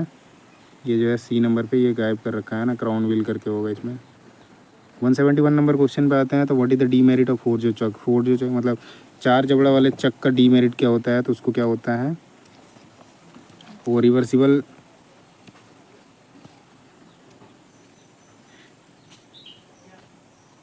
सो इसमें डीमेरिट पूछ रखा है, 4 जो चक्का डीमेरिट क्या होता है, तो इसमें क्या है, डीमेरिट यही है कि जो हैवी कट जो होता है कैन बी गिवन, भारी कट जो है वो दी जा सकती है ना, ये इसका डीमेरिट है। अगले क्वेश्चन पे आते हैं 172 नंबर पे, which type of rectangle make slope from the front toward back of the tool. तो किस प्रकार के रैक कोन टूल के पीछे की ओर सामने तक ढलान बनाते हैं, उसके बारे में पूछा है। तो नेगेटिव रेक्टेंगल जो होता है उसमें आपका ये क्वेश्चन कई बार पूछ रखा है, विच type of rectangle make slope from front toward back, मतलब नेगेटिव रेक्टेंगल जो है उसमें बनेगा किस प्रकार के रैक कोन टूल के पीछे की ओर सामने तक ढलान बनाते हैं, है ना, ऐसे बनता है। सो ये जो है ऐसे इस तरह से बनता है ना, तो ये आपका होता है नेगेटिव रेक्टेंगल, है ना। थोड़ा सा मैं गलत बना दिया, इस तरह का बनता है, ये बिल्कुल ऐसे करके आता है। चलो कोई नहीं, बाकी ये हो गया। अगला चलते हैं 173 नंबर क्वेश्चन पे। So what will be the effect if the carriage is not locked while facing करते समय क्या कैरेज को लॉक नहीं किया गया तो क्या प्रभाव पड़ेगा, है ना। तो उस केस में आएगा कॉन्वेक्स फेस आएगा, जो उत्तल फेस है उस पर बनेगा, है ना। जब हम उस पर कैरीज को लॉक नहीं करते हैं, जब भी हम फेसिंग कर रहे होते हैं तो उस टाइम पे आपका कॉन्वेक्स फेस आएगा, उत्तल फेस जो है वो बनेगा। 174 नंबर क्वेश्चन पे आते हैं। तो यहाँ पे what is the name of the operation carried out in turning to remove burr and sharpness from the edge of component. घटक के किनारे से गड़गड़ाहट और तीखेपन को हटाने के लिए किस ऑपरेशन का नाम क्या है। तो वो आपका चैम्परिंग होता है, चैम्परिंग किया जाता है जिससे आपका जो किनारे हैं उसमें तीखेपन या फिर जो बर रह जाते हैं उसको हटाने के लिए किया जाता है ना। 175 नंबर क्वेश्चन पे आते हैं। तो यहाँ पे find out the spindle speed of turning dia दिया हुआ है, इसमें आपका कटिंग स्पीड दिया हुआ है और स्पिंडल स्पीड निकालना है, मतलब आरपीएम निकालना है ना। तो इसका फॉर्मूला होता है पाई डी एन अपॉन 1000 होता है ना, cutting speed is equal to. इसमें आप बैठाओगे और सॉल्व करोगे तो आपका सॉल्व कर देता हूँ मैं ज़रा सा। सो ये फार्मूला है आपका, जैसे पाई डी एन मतलब सीधा आप निकालते एन निकालते होते हैं, एन इज इक्वल टू निकालोगे तो कटिंग स्पीड हो जाएगा, कटिंग स्पीड हमारा 15 है, 15 इंटू 1000 हो जाएगा, 1000 डिवाइडेड बाई जो आपका डी दे रखा है, डी आपका 40 है ना। पाई का मान जो होता है 22/7 होता है। इसको आप काट दो तो ये आपका एक शून्य जाएगा, एक शून्य जाएगा, ये आपका 25 हो जाएगा, 25 चौका 100 हो जाएगा। अब इसको मल्टीप्लाई करोगे तो 15 गुना 25 गुना 7 डिवाइडेड बाई 22, तो ये तकरीबन आपका आ जाएगा 15 से 105, मतलब ये 2700 के करीब आ रहा है। इसको 2700 को डिवाइड करोगे 22 से तो आपका ये 119 के करीब आएगा। तो ये आपका ए जो है आपका सही आंसर हो जाएगा, है ना। अगले क्वेश्चन पे चलते हैं 176 नंबर क्वेश्चन पे। तो ये आपका what is the name of the operation. तो ये उस ऑपरेशन का नाम पूछा है ना। तो ये ग्रूविंग बना रहा है, तो ये कौन से टाइप का बना रहा है, स्क्वायर शोल्डर बना रहा है ना। तो ये आपका ए जो है आपका सही आंसर हो जाएगा। 177 नंबर क्वेश्चन में आते हैं। तो वो what type of cutting tool use in mass production. तो बड़े पैमाने पर उत्पादन के लिए किस प्रकार का कटिंग टूल का इस्तेमाल किया जाता है। तो वो आपका इंसर्टेड टाइप का होता है ना।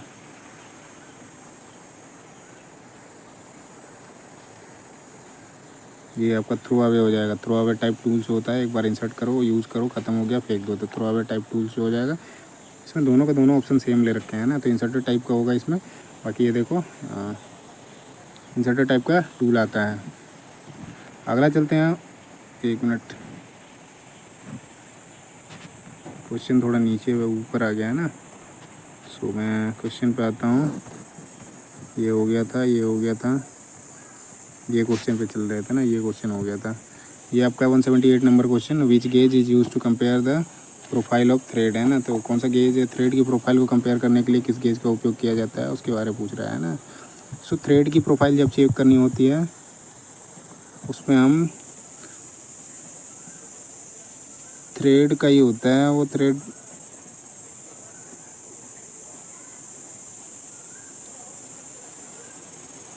इसमें थोड़ा ऑप्शन जो है ना ये डबल डबल कर रखा है। सो ये थ्रेड की जो प्रोफाइल होती है उसको चेक करने के लिए थ्रेड प्लग का जो थ्रेड प्लग गेज होता है उसको यूज़ किया जाता है ना।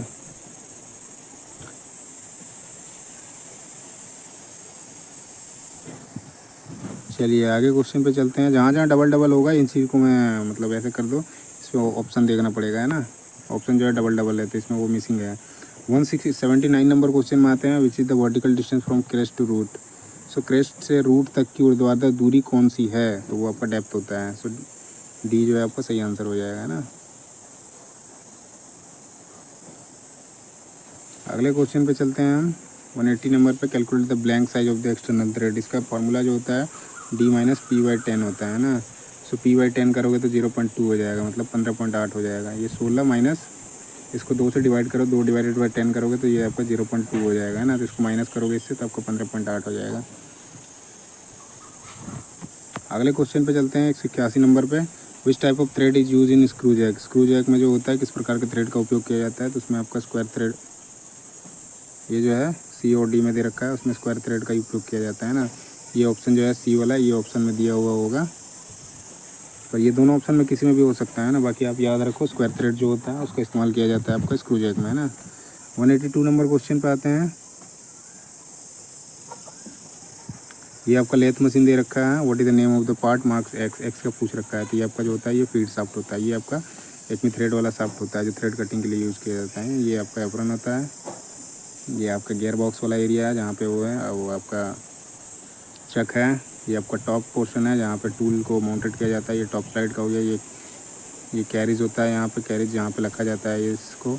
ये कैरिज, ये क्रॉस स्लाइड है, कैरिज के ऊपर उस पर क्रॉस स्लाइड लग गया, उसके ऊपर टॉप स्लाइड लग जाएगा। ये आपका टेल स्टॉक होता है। ये आपका हेड स्टॉक होता है ना। तो एक्स पार्ट हो जाएगा, फीड शाफ्ट हो जाएगा। फीड शाफ्ट जो है ये आपका सी ऑप्शन में है, सी और डी दोनों में है। तो ये आपका फीड शाफ्ट याद रखो बस। अगला जो क्वेश्चन है 83 नंबर क्वेश्चन में 183, what is the maximum swivelling angle of compound rest in the lathe machine. खराद मशीन में कंपाउंड रेस्ट का अधिकतम घुमाव कोण क्या होता है, वो 360 डिग्री होता है ना। ऑप्शन में ही नहीं है 360 डिग्री। ये सी और डी में जो है ये मिसिंग है, मिसप्रिंट है। तो 360 डिग्री होता है कंपाउंड रेस्ट में जो होता है स्विवलिंग एंगल। 184 नंबर क्वेश्चन में आते हैं। Which part is mainly support the lengthy job in the lathe machine. So कौन सा भाग मुख्य रूप से खराद मशीन में लंबी जॉब को सपोर्ट करता है, तो उसके लिए आपका स्टडी रेस्ट लगाया जाता है। तो बी जो है आपका सही आंसर हो जाएगा। 185 नंबर क्वेश्चन में आते हैं। तो what is the name of the part marked as X of 3 jaw चौक। 3 जो चपड़े में एक्स के रूप में चिह्नित भाग का नाम क्या है। इधर आपका दिखा रखा है ये आपका जो है ना, सॉरी, ये एक्स पार्ट का नाम पूछा है तो ये आपका एक्सटर्नल जो हो जाएगा, है ना। इसमें फिर ये डबल मिसिंग है तो ये आपका एक्सटर्नल जो है ये जो है मतलब जबड़ा है। अगला है 186 number question, what is the demerit of 3 जो चक। ये क्वेश्चन डबलिंग किया गया है ना। तो इसमें ये देखो डबल ऑप्शन किया गया है इसमें। तो डीमेरिट जो होती है, व्हाट इज द डीमेरिट, है ना। तो ये तो आसानी से सेट किया जा सकता है, ये इसका मेरिट हो जाएगा। इंटरनल एक्सटर्नल जो है अवेलेबल, ये जो है ये नहीं होता है ना, ये गलत है। लेकिन ये दोष पूछा है कि मतलब 3 जो चौक का दोष क्या है, दोष पूछ रखा है। तो इन दोनों में ये मिसिंग है। अगला है 187 नंबर क्वेश्चन में। सो इसमें डीमेरिट यही होता है कि इस पर आप इंडिविजुअली आप मूवमेंट नहीं दे सकते हो, एक एक जबड़े को जो है इंडिविजुअल मूवमेंट नहीं दे सकते हो। इसके कारण ये इसमें क्या होता है आपका सेल्फ सेंट्रिक होता है। एक्सेंट्रिक मतलब नहीं होता है, इसमें इंडिविजुअल नहीं कर सकते। वही 4 जोक में ये चीज़ होती है अवेलेबल, उसमें आप इंडिविजुअली खोल के लगा सकते हो। ये चीज़ें होती है उसकी मेरिट, वही आपका इसका डीमेरिट बन जाता है। 187 नंबर क्वेश्चन में आते हैं। तो यहाँ पे which tool material are manufactured by powder metallurgy technique. तो पाउडर मेटलर्जी टेक्निक से जो होता है जो टूल बनाई जाती है उसका पूछ रखा है नाम, कौन सा बनाया जाता है ना। तो उसमें कार्बाइड जो होता है, कार्बाइड को बनाया जाता है पाउडर मेटलर्जी टेक्निक से। अगले क्वेश्चन पे चलते हैं 188 नंबर क्वेश्चन में। Which angle of tool prevent from getting jam in groove and cause breakage. तो टूल का कौन सा कोण जो होता है ग्रूव में फंसने से रोकता है और टूटने का कारण बनता है। तो साइड रिलीफ एंगल जो होता है उसके कारण क्या होता है, ग्रूव में फंसने से रोकता है और टूटने का कारण बनता है। बाकी इसमें भी 2 ऑप्शन दे रखे हैं तो आपका आंसर जो है बी है ना। 189 नंबर क्वेश्चन पे आते हैं हम। तो इस क्वेश्चन में है what is the defect cause if the tool is not set to the correct centre height, है ना। सेंटर हाइट पे जब नहीं चेक करते हैं हम, सेट करते हैं फेसिंग के टाइम में, उस केस में इसमें जो बन के आता है, जो टूल की जो फेसिंग करते समय सही केंद्र की ऊंचाई पे सेट ना किया जाए, तो उस केस में जो दोष मतलब किस टाइप का उसमें बनेगा उसके बारे में पूछ रहा है ना। तो उसमें जो हो जाएगा, हाँ, फेसिंग करते समय यदि करेक्ट हाइट पे नहीं होगा ना तो उस केस में पीप छूट जाता है सेंटर पे, है ना। तो इसमें भी दोनों ऑप्शन दे रखे हैं। बाकी आपका सी जो है वो आपका सही आंसर हो जाएगा। डी में कुछ और होगा, है ना। सो जहाँ पे आप ध्यान रखना इस चीज़ का, ये पीप छोड़ देता है यदि सेंटर हाइट पे नहीं होगा जब भी आप फेसिंग कर रहे होते हैं उस टाइम पे। 190 नंबर पे क्वेश्चन पे आते हैं। तो यहाँ पे यूनिट पूछ रखा है कटिंग स्पीड की टर्निंग में, है ना। काटने की गति की इकाई क्या है? तो ये टर्निंग में पूछ रखा है ना। तो इसमें जो होता है आपका मीटर जो होता है, मीटर पर मिनट दे रखा है इसमें, ये मीटर पर मिनट हो जाएगा ना कटिंग स्पीड जो है टर्निंग में। बाकी इसमें भी 2 ऑप्शन दे रखे हैं, इसमें भी एक दूसरा होगा। 191 पे आते हैं, यहाँ पे दे रखा है एक ऑपरेशन किया जा रहा है, what is the type of operation carried out है ना। तो ये आपका वी ग्रूविंग करी जा रही है ना, बी जो है आपका सही आंसर है। अगला है 192 नंबर क्वेश्चन में, what is the name of the portion between root and crest of the thread. चूड़ी के रूट और क्रेस्ट के बीच के भाग को क्या बोलते हैं? तो उसको बोलते हैं फ्लैंक है ना, फ्लैंक या साइड बोलते हैं। अगले क्वेश्चन पे आते हैं 193 पे, what is the principle of dial test indicator. Dial test indicator का सिद्धांत क्या है? तो वो रैक और पिनियन पे काम करता है ना, रैक और पिनियन पे काम करता है। 194 नंबर क्वेश्चन पे आते हैं, so which dimension is measured by using screw thread micrometer. तो स्क्रू थ्रेड माइक्रोमीटर का उपयोग करके किस डायमेंशन को मापा जाता है? सो पिच जो होता है वो पिच मापा जाता है ना, पिच ऑफ स्क्रू थ्रेड। तो ये जो है आपका सही आंसर हो जाएगा। अगला 195 नंबर क्वेश्चन में, what type of power transmission is transmitted by spur gear. तो किस प्रकार का पावर ट्रांसमिशन स्पर गियर के द्वारा संचालित किया जाता है? तो आपका पैरेलल ट्रांसमिशन होता है ना। तो ये जो है आपका सही आंसर है। 196 नंबर क्वेश्चन में आते हैं, how many types of bedways in centre lathe machine है ना। इसमें 3 तरह के होते हैं। जो खराद मशीन होते हैं, सेंटर खराद मशीन में जो होते हैं बेडवेज होते हैं, वो 3 तरह के मिलते हैं, जिसमें आपका वी मिलेगा, कॉम्बिनेशन मिलेगा, और एक आता है, चलिए आगे देखते हैं। 197 नंबर क्वेश्चन पे आते हैं। तो यहाँ पे what is the use of screw pitch gauge. Screw pitch gauge का उपयोग क्या है? तो स्क्रू पिच गेज जो होता है पिच चेक करता है, किसका? स्क्रू का, थ्रेड का जो होता है पिच चेक करने का काम करता है ना। तो बी जो है आपका सही हो जाएगा, check the pre pitch of the thread है ना, थ्रेड की पिच की जांच करने के लिए स्क्रू पिच गेज का उपयोग किया जाता है। अगला है 198 नंबर क्वेश्चन, इसमें देखेंगे तो यहाँ पे है, what is the name of the instrument. इस यंत्र का नाम क्या है? तो ये आपका स्क्रू माइक्रोमीटर है ना, स्क्रू थ्रेड माइक्रोमीटर है। तीन दोनों ऑप्शन में एक लिखा होगा, स्क्रू थ्रेड माइक्रोमीटर है ना। 199 नंबर क्वेश्चन पे आते हैं। सो यहाँ पे एक्स पार्ट का नाम पूछ रखा है, ये what is the name of the part marks X in centre lathe. Centre lathe का एक्स पार्ट का नाम पूछा है, तो ये आपका एप्रन हो जाएगा ना। ये आपका ए जो है आपका सही आंसर है, एप्रन। 200 नंबर क्वेश्चन में आते हैं, what is the name of the part marks x. X के रूप में चिह्नित भाग का नाम क्या है ना, ये। सो ये जो है आपका, ये आपका क्लच है ना, ये जो है आपका सही आंसर हो जाएगा।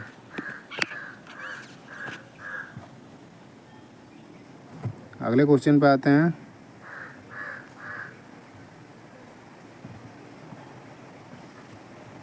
दो सौ एक नंबर पे। ये क्या है, सॉरी रुकना,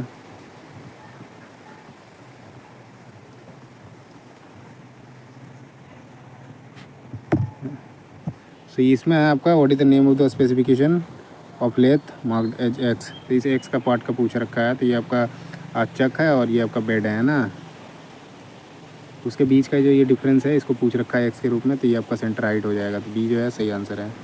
अगला है 202 number question, what is the purpose of back gear unit in lathe machine. तो खराद मशीन में बैक गियर यूनिट जो दिया जाता है उसका मेन पर्पस क्या होता है देने का?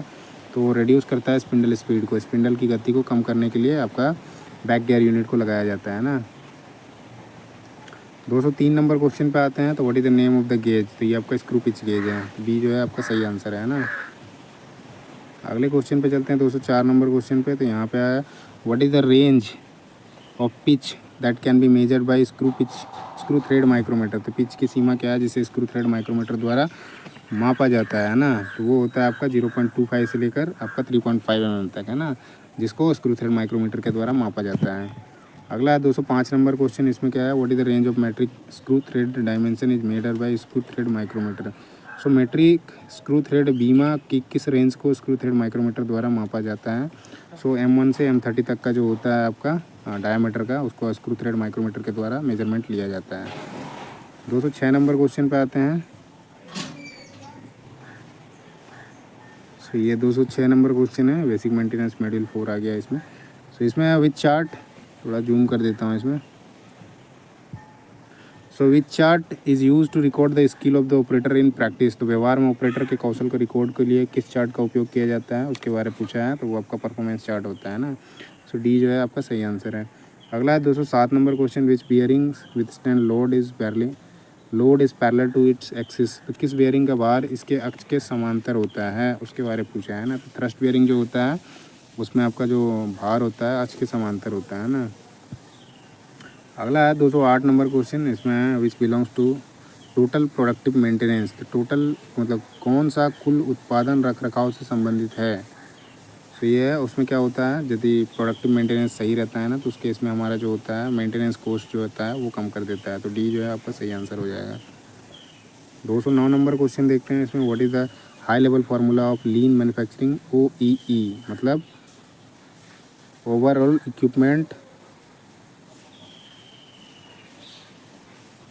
सो बेसिकली इसमें फार्मूला पूछ रखा है हाई लेवल फार्मूला जो है लीन मैन्युफैक्चरिंग का OEE का, तो उसमें होता है अवेलेबिलिटी, प्रोडक्टिविटी और आपका क्वालिटी होता है ना। सो बी जो है आपका सही आंसर है। अगला है 210 नंबर क्वेश्चन, इसमें असेंबली का दिखा रखा है, identify the method of assembly technique है ना। तो ये लगा रखा है इसमें, इस टेक्निक का विधि को पहचानने को कह रहा है। तो ये जो है आपका डोवेलिंग stacking.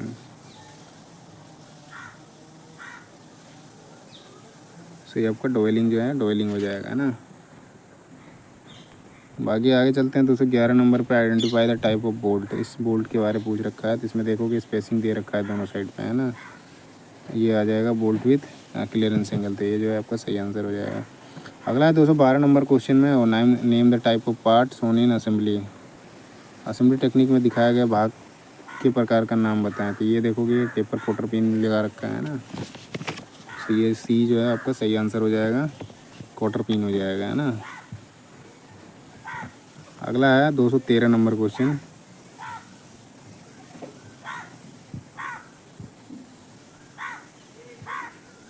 So what is the use of dowel in assembly technique. तो असेंबली तकनीक में डोवेल का जो उपयोग होता है वो क्या करता है उसके बारे में पूछा है। तो ये एक्यूरेट पोजीशनिंग ऑफ 2 और मोर पार्ट्स, 2 या 2 से अधिक भागों को सटीक स्थिति में ऊपर लाने के लिए जो होता है डोवेल का उपयोग किया जाता है असेंबली टेक्निक में है ना। 214 नंबर क्वेश्चन में आते हैं। सो 214 नंबर क्वेश्चन है, which maintenance record mention the date of commission of the machine है ना। किस रख रखाव रिकॉर्ड में मशीन के चालू होने की तारीख होती है। तो वो आपका इक्विपमेंट रिकॉर्ड होता है ना, उस पर मेंशन होता है ना। तो बी जो है आपका सही हो जाएगा। इक्विपमेंट रिकॉर्ड जो होता है उसमें आपका मेंटेनेंस रिकॉर्ड मेंशन होता है, किस टाइम पर डेट ऑफ कमीशनिंग जब हुई उसी में आपका इक्विपमेंट के रिकॉर्ड में आपका सारा मेंटेनेंस का रिकॉर्ड मिल जाएगा कि कब कब करना है नहीं करना है ना। अगले क्वेश्चन पे चलते हैं 215 नंबर क्वेश्चन में, what is the name of the activity carried out in prevent break down of machinery in basic maintenance. बुनियादी रख रखाव में मशीनरी के टूट फूट को रोकने के लिए किस प्रकार की रोकने के लिए की गई गतिविधि का नाम बताएं।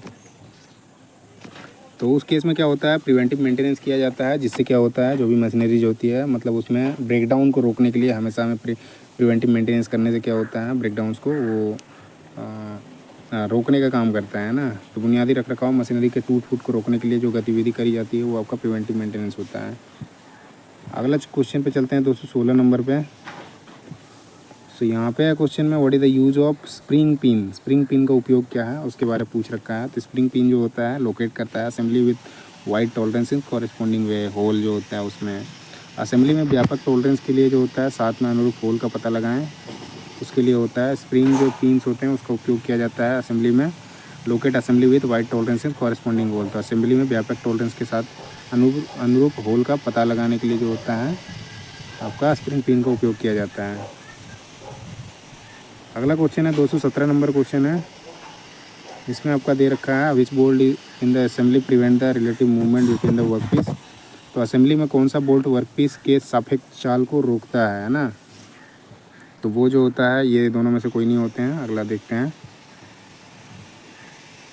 असेंबली प्रिवेंट द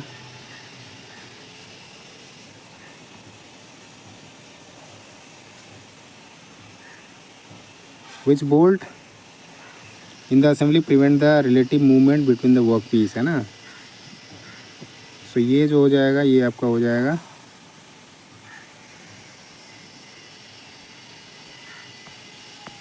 ये बॉडी फिट बोल्ट जो होता है वो असेंबली में जो होता है उसको जो रिलेटिव मूवमेंट होता है उसको रोकने का काम करता है ना, प्रिवेंट करने का काम करता है बॉडी फिट बोल्ट, है ना। अगला है 218 नंबर क्वेश्चन। इसमें आपका है which assembly technique is similar to riveting method. तो कौन सी असेंबली तकनीक रिवेटिंग विधि के समान है उसके बारे में पूछा है ना। तो वो पिनिंग जो होता है रिवेटिंग के समान ही होता है ना। सो सी जो है उसका सही आंसर हो जाएगा। अगला क्वेश्चन है 219 नंबर क्वेश्चन और ये आपका लास्ट क्वेश्चन है।